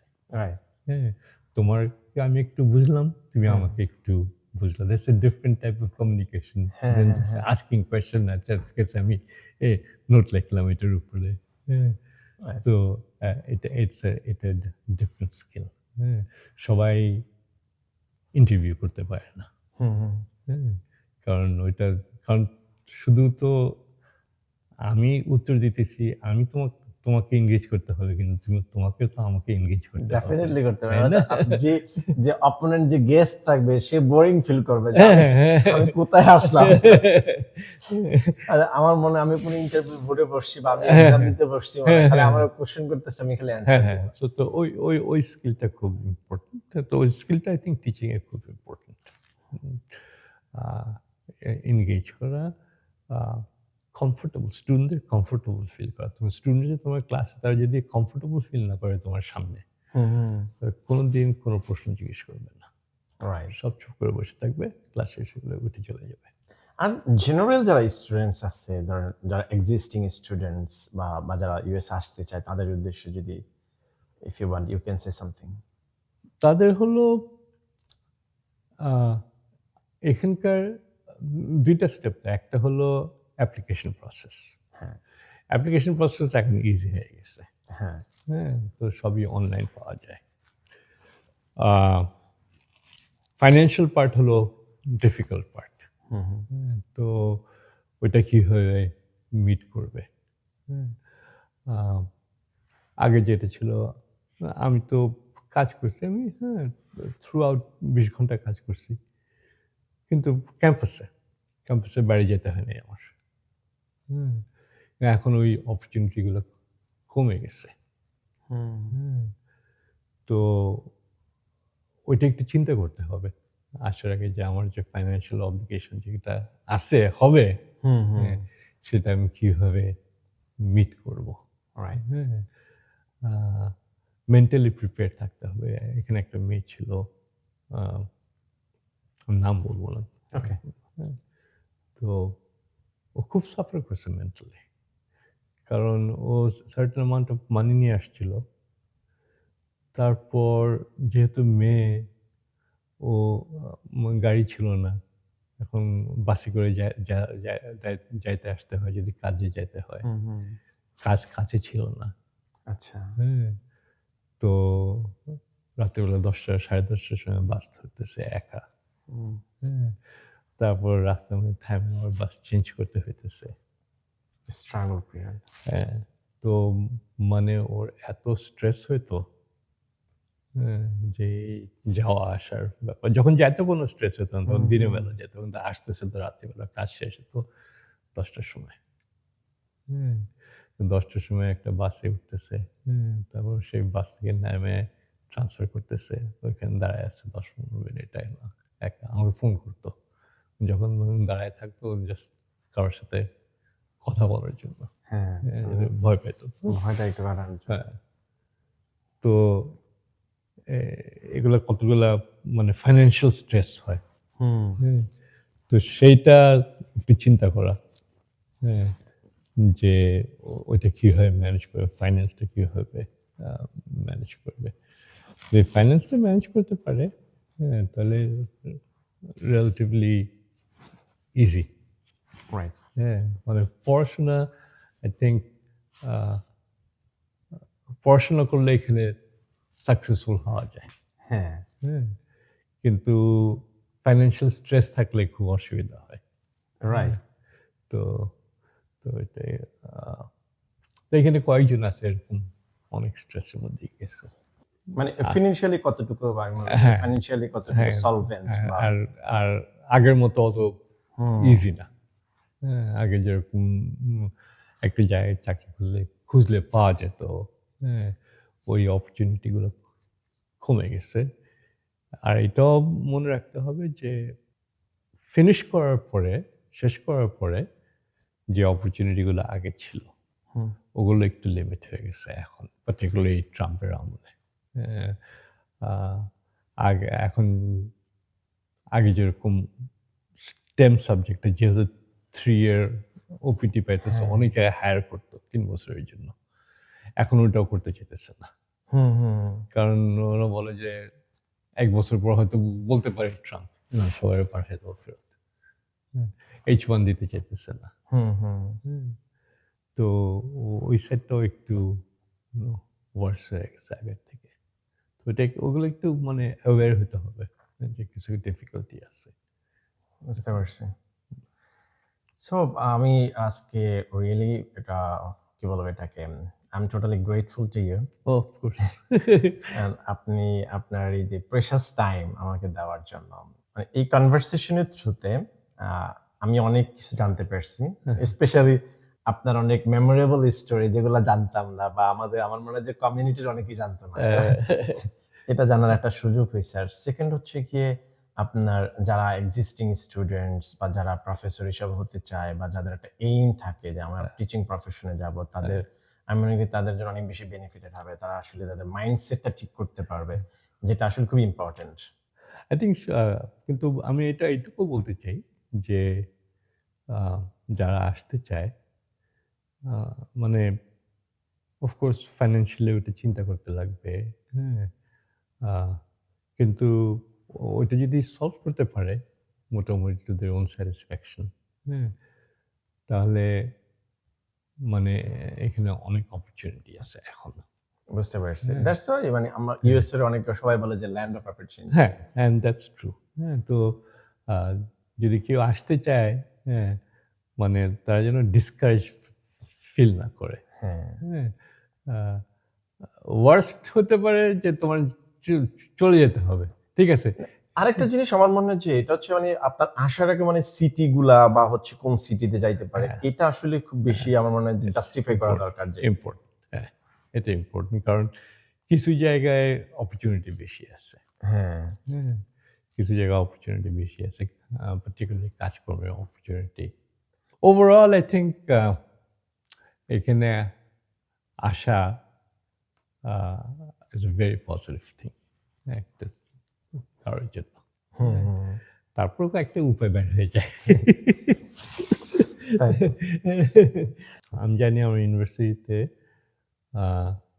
2 কারণে ড্রপ আউট হয়। নাম্বার 1 কারণ হলো যারা একাডেমিক্যালি ফেল করে তারা ড্রপ করে যায়। আর নাম্বার 2 কারণ হলো যারা সোশ্যালি আইসোলেটেড হয়ে যায়, তাদের ফ্রেন্ড নেই ইউনিভার্সিটিতে, তারা চলে যায়। এক সেমিস্টার থাকে, 2 সেমিস্টার থাকে। সেটা বোরিং লাগে। হ্যাঁ, তো এখন আমাদের দেশে 18 বছর 19 বছর একটা ছেলে আসতেছে আন্ডার গ্রাজুয়েট, তারও তো সেই কমিউনিটি লাগে। তো হ্যাঁ, তো কানেক্টেড হওয়াটা খুব ইম্পর্টেন্ট। বুঝতে পারছি। So thank you so much ভাই। Of course, welcome. Thank you for the opportunity. No, it's opportunity for me. Okay, thank you so much.